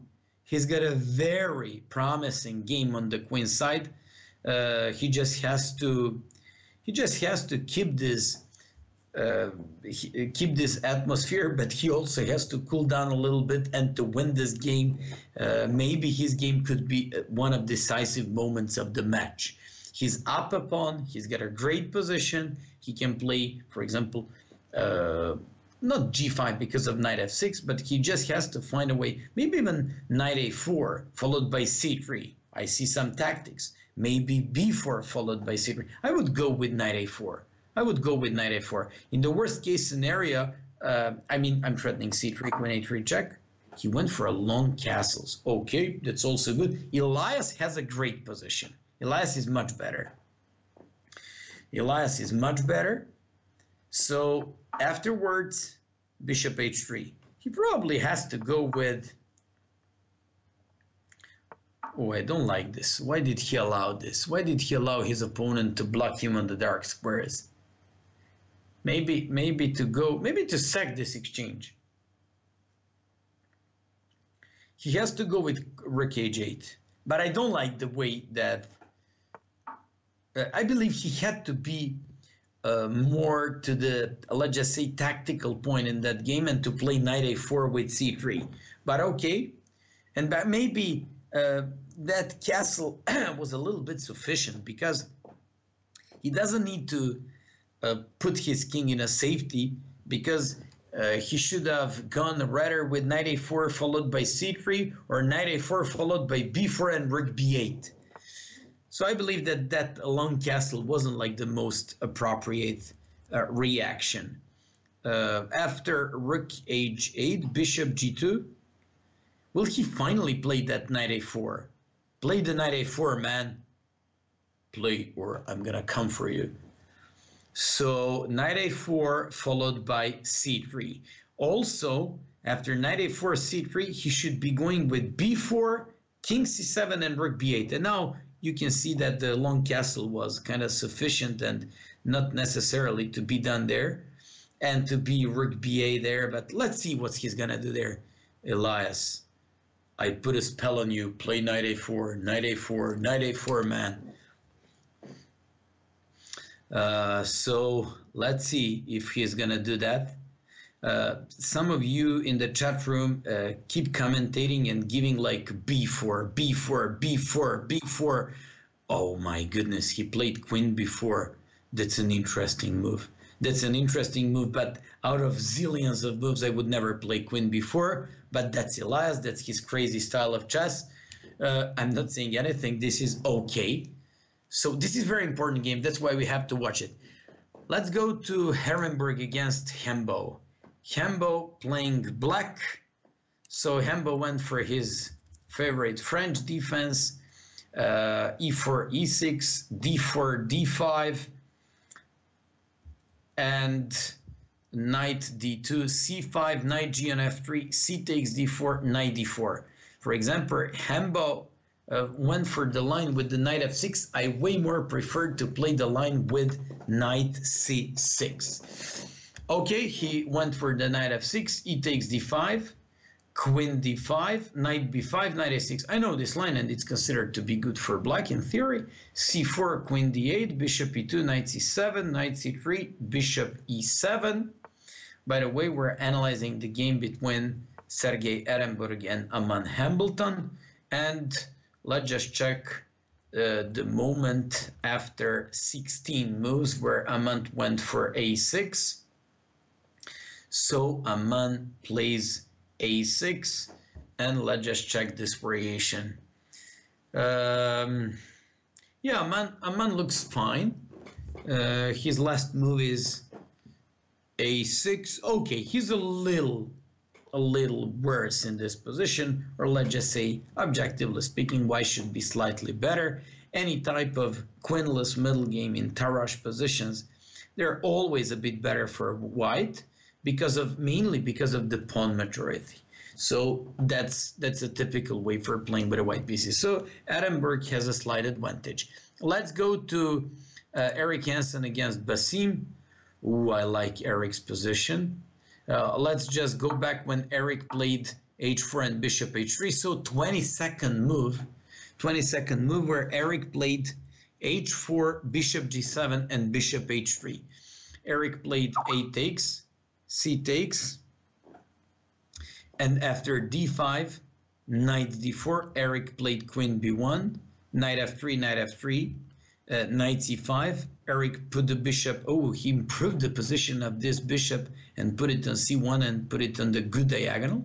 A5, H5, B4, C takes, A takes, bishop E3, bishop A6, H6, rook C1, and queen A5. Guys, I like very much Eric's position. I think he's doing fine, and I'll reveal one secret to you, since I was coach of this guy. In a crucial moment, he's always on the top of his task. He's always really on the top of his task, and I hardly remember that crucial games he did bad.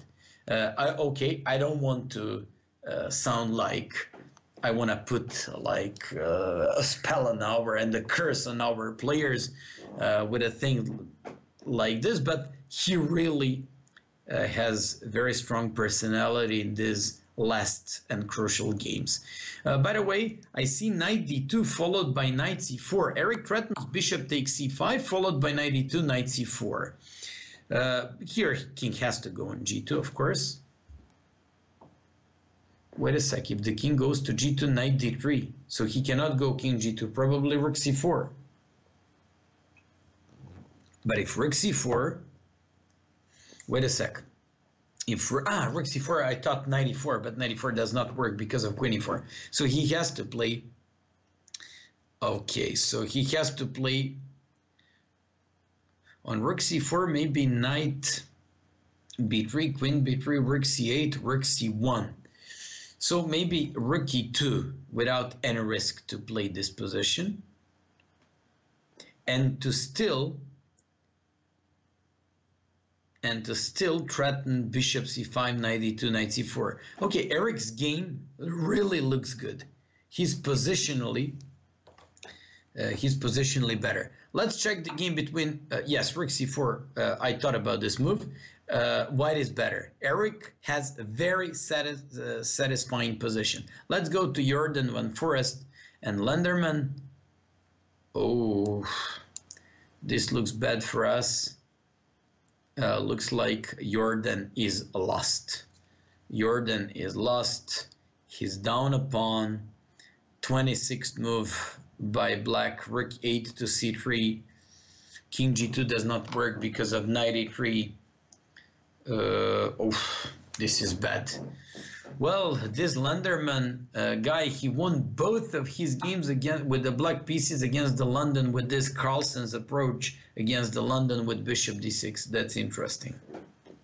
So guys, whoever wants to fight off the London system with black, he should be going with this. It's a pity to Jordan to lose this crucial game in the match. He was making 3 out of 3 perfect score. He was white in this game and certainly played against Lenderman. Didn't expect he would lose this one. Okay, he hasn't lost yet, but his position is lost, objectively speaking.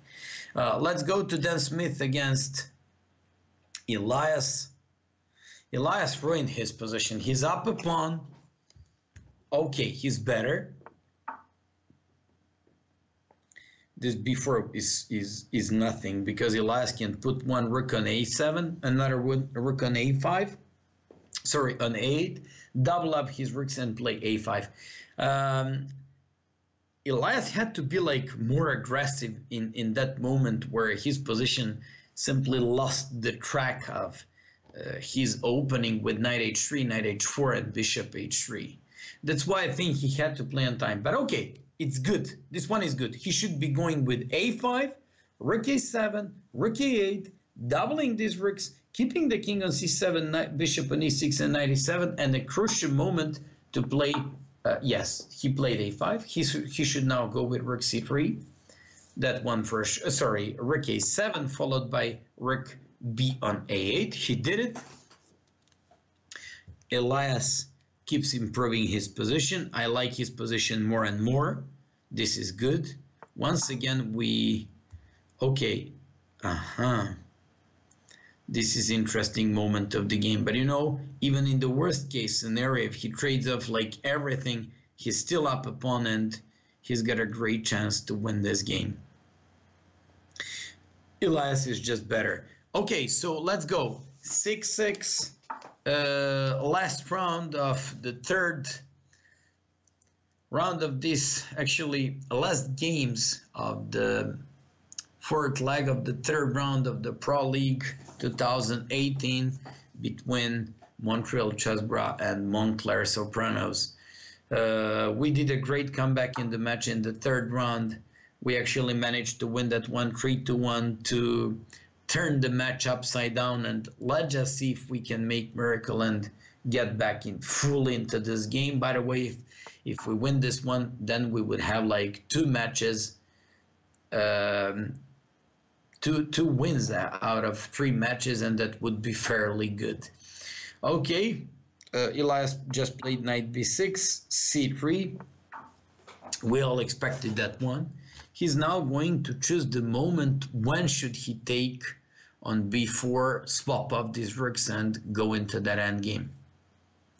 By the way, he should never go into knight against bishop endgame, so he should never go with the knight a4 check there.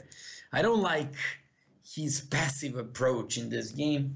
I believe if he played knight a4 followed by c3, or if he played b4 followed by c3, he would have won this game way easier. Eric Hansen against Basim. Let's check that game. Let's go back to the move where Eric played rook c4. So it's the move 35. Rook c8. Eric played king g2, unpinning that king. Queen a3.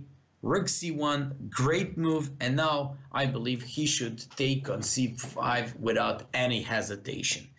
I would take on c5 without any hesitation if I was white. I would go with bishop c5, knight d2, rook c4 and c2. I would place my knight on c4 and I would control everything in this game. But let's see if Eric is strong like Big Maya, and would he take on c5, play knight d2, rook c4, c2, and play a game like this.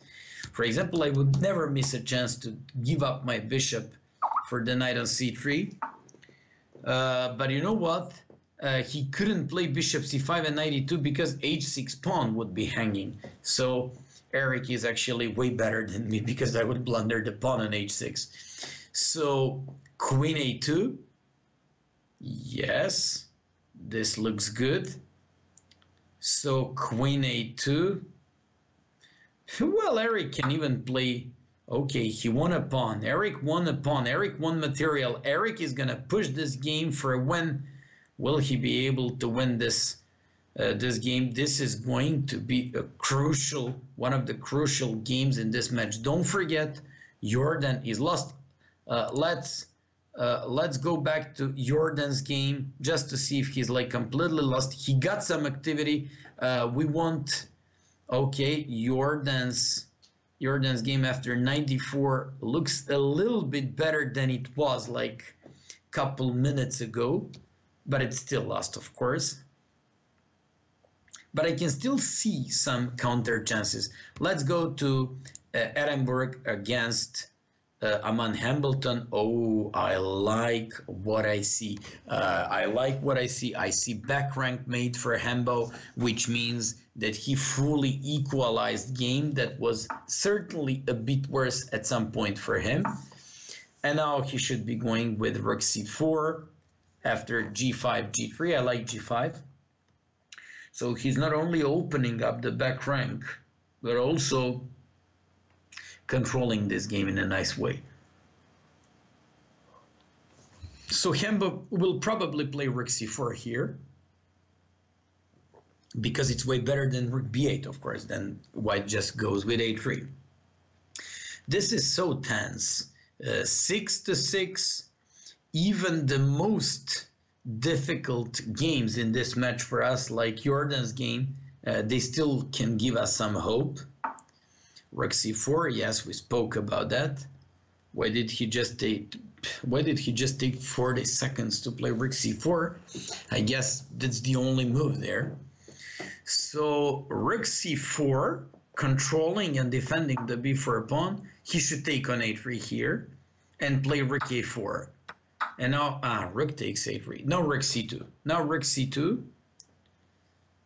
And this position looks good. Or king g7. Rook c2 or king g7. Everything seems to be perfectly fine here for Hambo. Hambo is doing great. Hambo is doing great, so he's certainly not going to lose this game. Let's go to a game between Dan Smith and Elias. Elias is still a lot better. King b2 by white. Now he's just moving all around. He's got a problem with this knight on f4. Yeah, this is why I told you that he didn't impress me when he decided to go positionally with queen b4.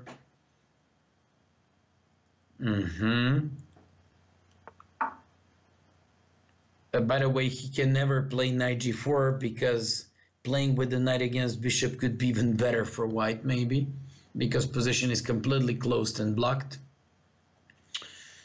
So rook f1 played Dan Smith.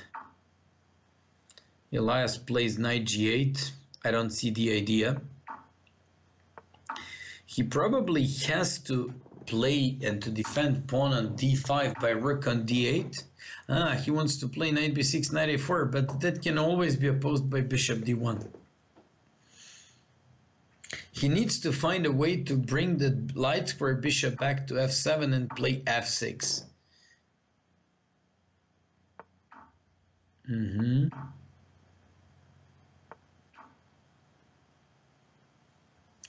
So bishop d1. Elias is just jumping around. Looks like he doesn't have a clear plan what to do. He should now go king d7, king f6, sorry, king d7, king e7, exactly. And then he should find a way to break somehow with f6. That's what he has to do somehow. To play king e7. And maybe then bishop d7, bishop e8, and then to break with f6. I'm not saying anything. I just have to say that he has to try to win this one. He's up a pawn, and that would be like very depressing. Is he up a pawn? Yes, he's up a pawn. So Dan Smith offered him a draw, and now Elias went for rook g8 trying to break with g5. Okay, he certainly should try to win this one because he's better. Maybe, you know what? Maybe to play... Okay, we'll get back to this game. Let's go to Hansen against Bassam. Hansen against Bassam. Last move by Eric, g4, absolutely depriving Bassam of any counter play. Eric probably wants to play some... of course, pawn on h6 is untouchable because knight d6 is coming. Eric probably wants to play some g5 there. By the way, on the last move, rook a8, he cannot move his bishop. Wait a sec, Eric blundered rook. What the... Oh my goodness, he blundered the rook in completely winning game. Is this... I cannot believe... Oh, I can't believe my eyes. I don't know. He never makes such a blunder in even the worst hyper bullet games. Even when he's like the most drunk person in the world. This is crazy. This is crazy. Unbelievable. Unbelievable. I told... Oh my goodness. I just said he's not supposed to put his bishop back. This could be a turning point of this match. This could be a turning point. And let's go back to Hembo against Edinburgh. Hembo, let's just hope that he can trick his opponent somehow on time. He cannot... Oh my goodness, Hembo blundered another check. What is happening with our guys? In two games, within 30 seconds, we blundered 2 rooks. These guys would never blunder this in their bullet games. This is crazy. This is unbelievable. Oh, I'm depressed. I'm depressed. What is this? Unbelievable. Okay, Eric Hansen was completely winning. Hembo, at least he had a draw.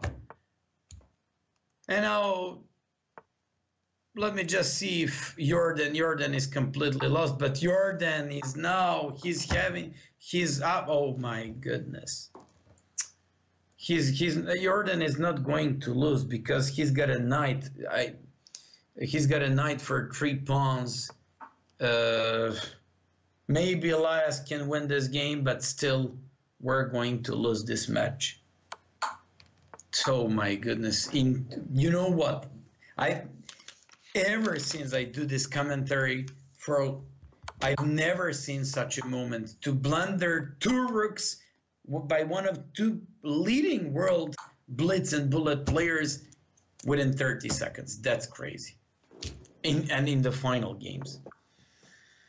Oh, now Jordan has to try out to be fast now. Go, go, go, go. We need your win. We need your... Go do something cheap. Try something cheap here. We need your win just to equalize this match. I mean, this is crazy. Yes, do it. Yes. Look at this. He's having chance to win this game. Let's go, Jordan. Knight f3. Perfect.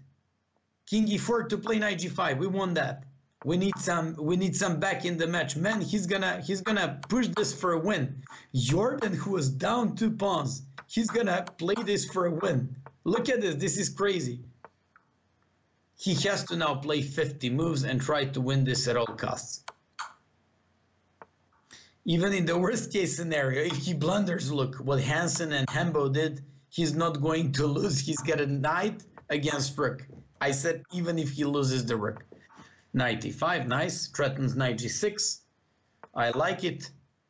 Okay.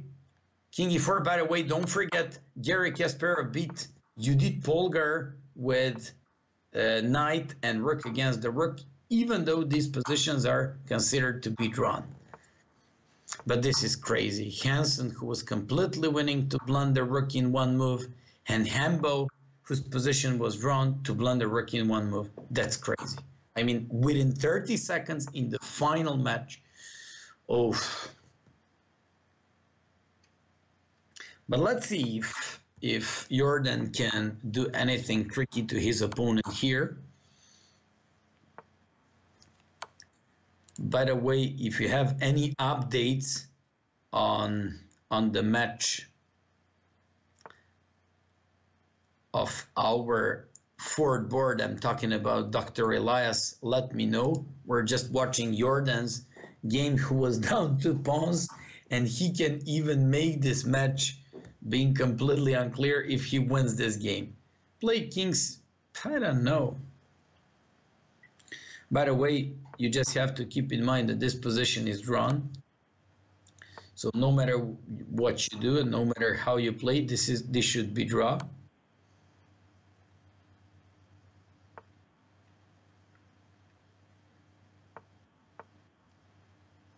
Let's see what is he going to opt for.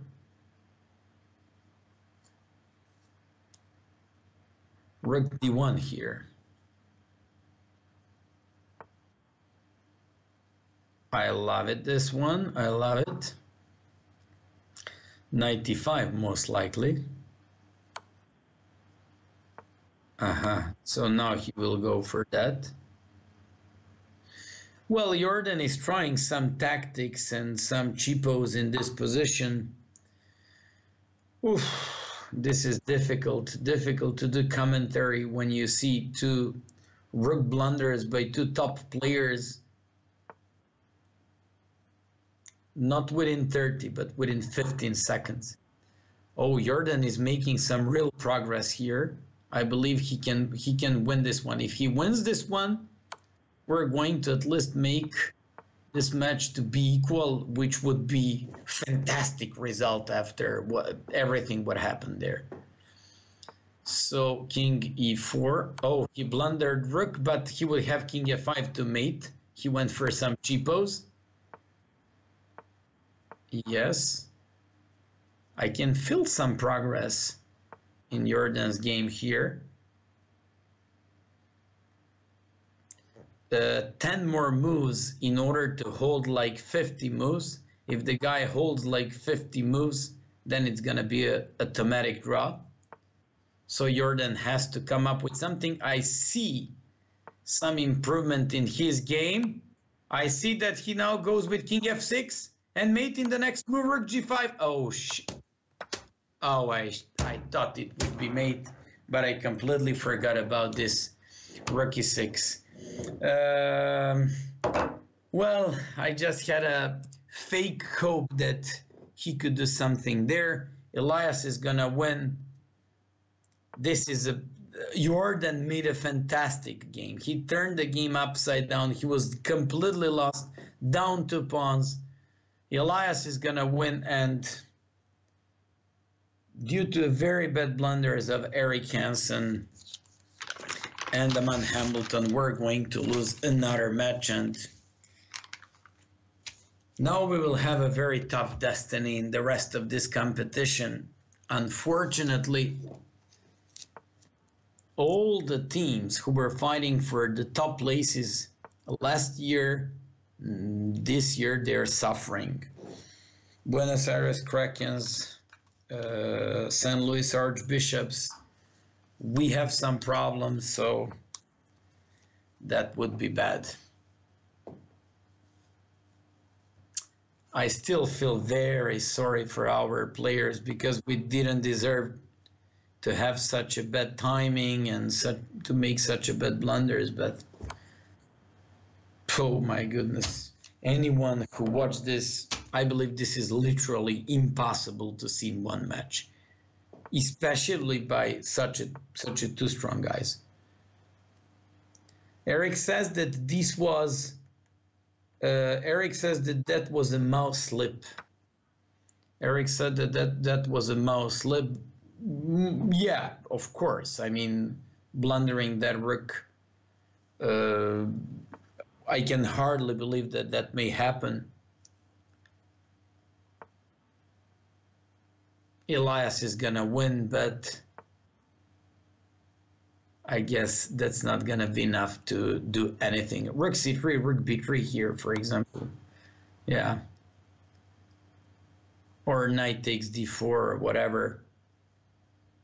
It's really bad. Yeah, he says that bishop g1 was a mouse slip, but what can we do? Well, I feel very bad and very depressed. We made a great comeback in this match. For a moment, I thought that that's it. That was our moment. We would make a great comeback. But just like you see, that's why we all like chess.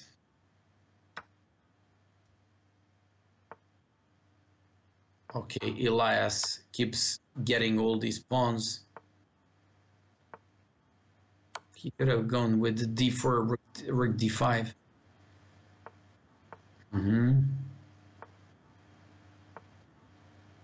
A rook e1 checkmate. Rook e1 checkmate, man. Rook e1 checkmate, man. Rook e1, give it. Oh my goodness, take that piece. What are you doing? What the hell is this? Okay, he's just playing fast. I guess he's also very depressed. He missed like 5 times mate in 1. But doesn't matter. He's going to win this game. So I believe he's also kind of depressed. He's going to play f4 followed by bishop g4. Looks like he's got his own strategy. Let's just play fast. It's not about the quality, but about playing fast. By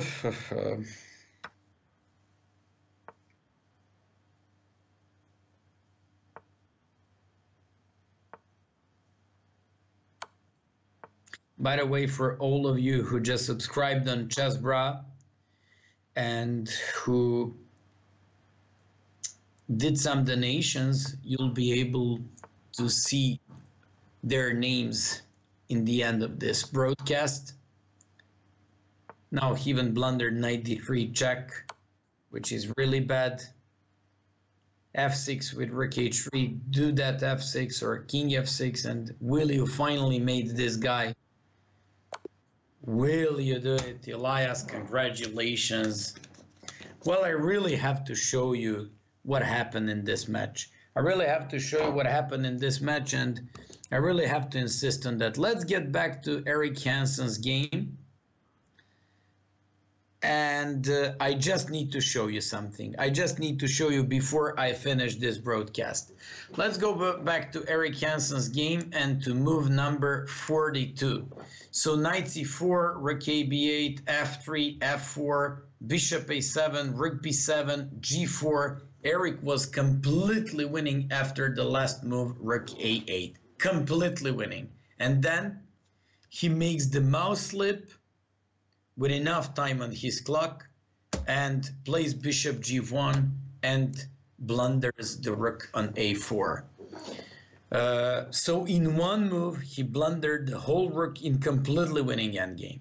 Then let's switch to the game between Sergei Ehrenberg and Aman Hambleton. And just let's go to the move 44. Ehrenberg played b5, Aman played h3. Ehrenberg played knight c5, Aman played rook b2. In position where Aman can only win, he goes with king c1. Aman captured an f2 just 15 seconds later, and then he blunders knight e4. These two things to have in one match in crucial moments by two top blitz and bullet players in the world, it's crazy. And even after that, our really best player tonight, Jordan Van Forest, made 3.5 out of 4, made complete comeback, almost won the game against Lenderman, but he finally drew the game. Elias won, but it wasn't enough. We lost 8.5 to 7.5.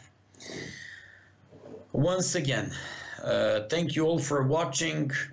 At least I hope that you enjoyed my commentary, but definitely this wasn't the night to enjoy because our team lost once again, and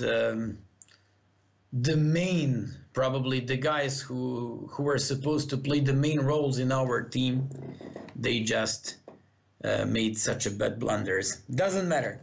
Thank you all for watching. Hope you enjoyed. See you next week. And let's just hope that it could be better. Actually, can it be really worse than this? Bye, guys.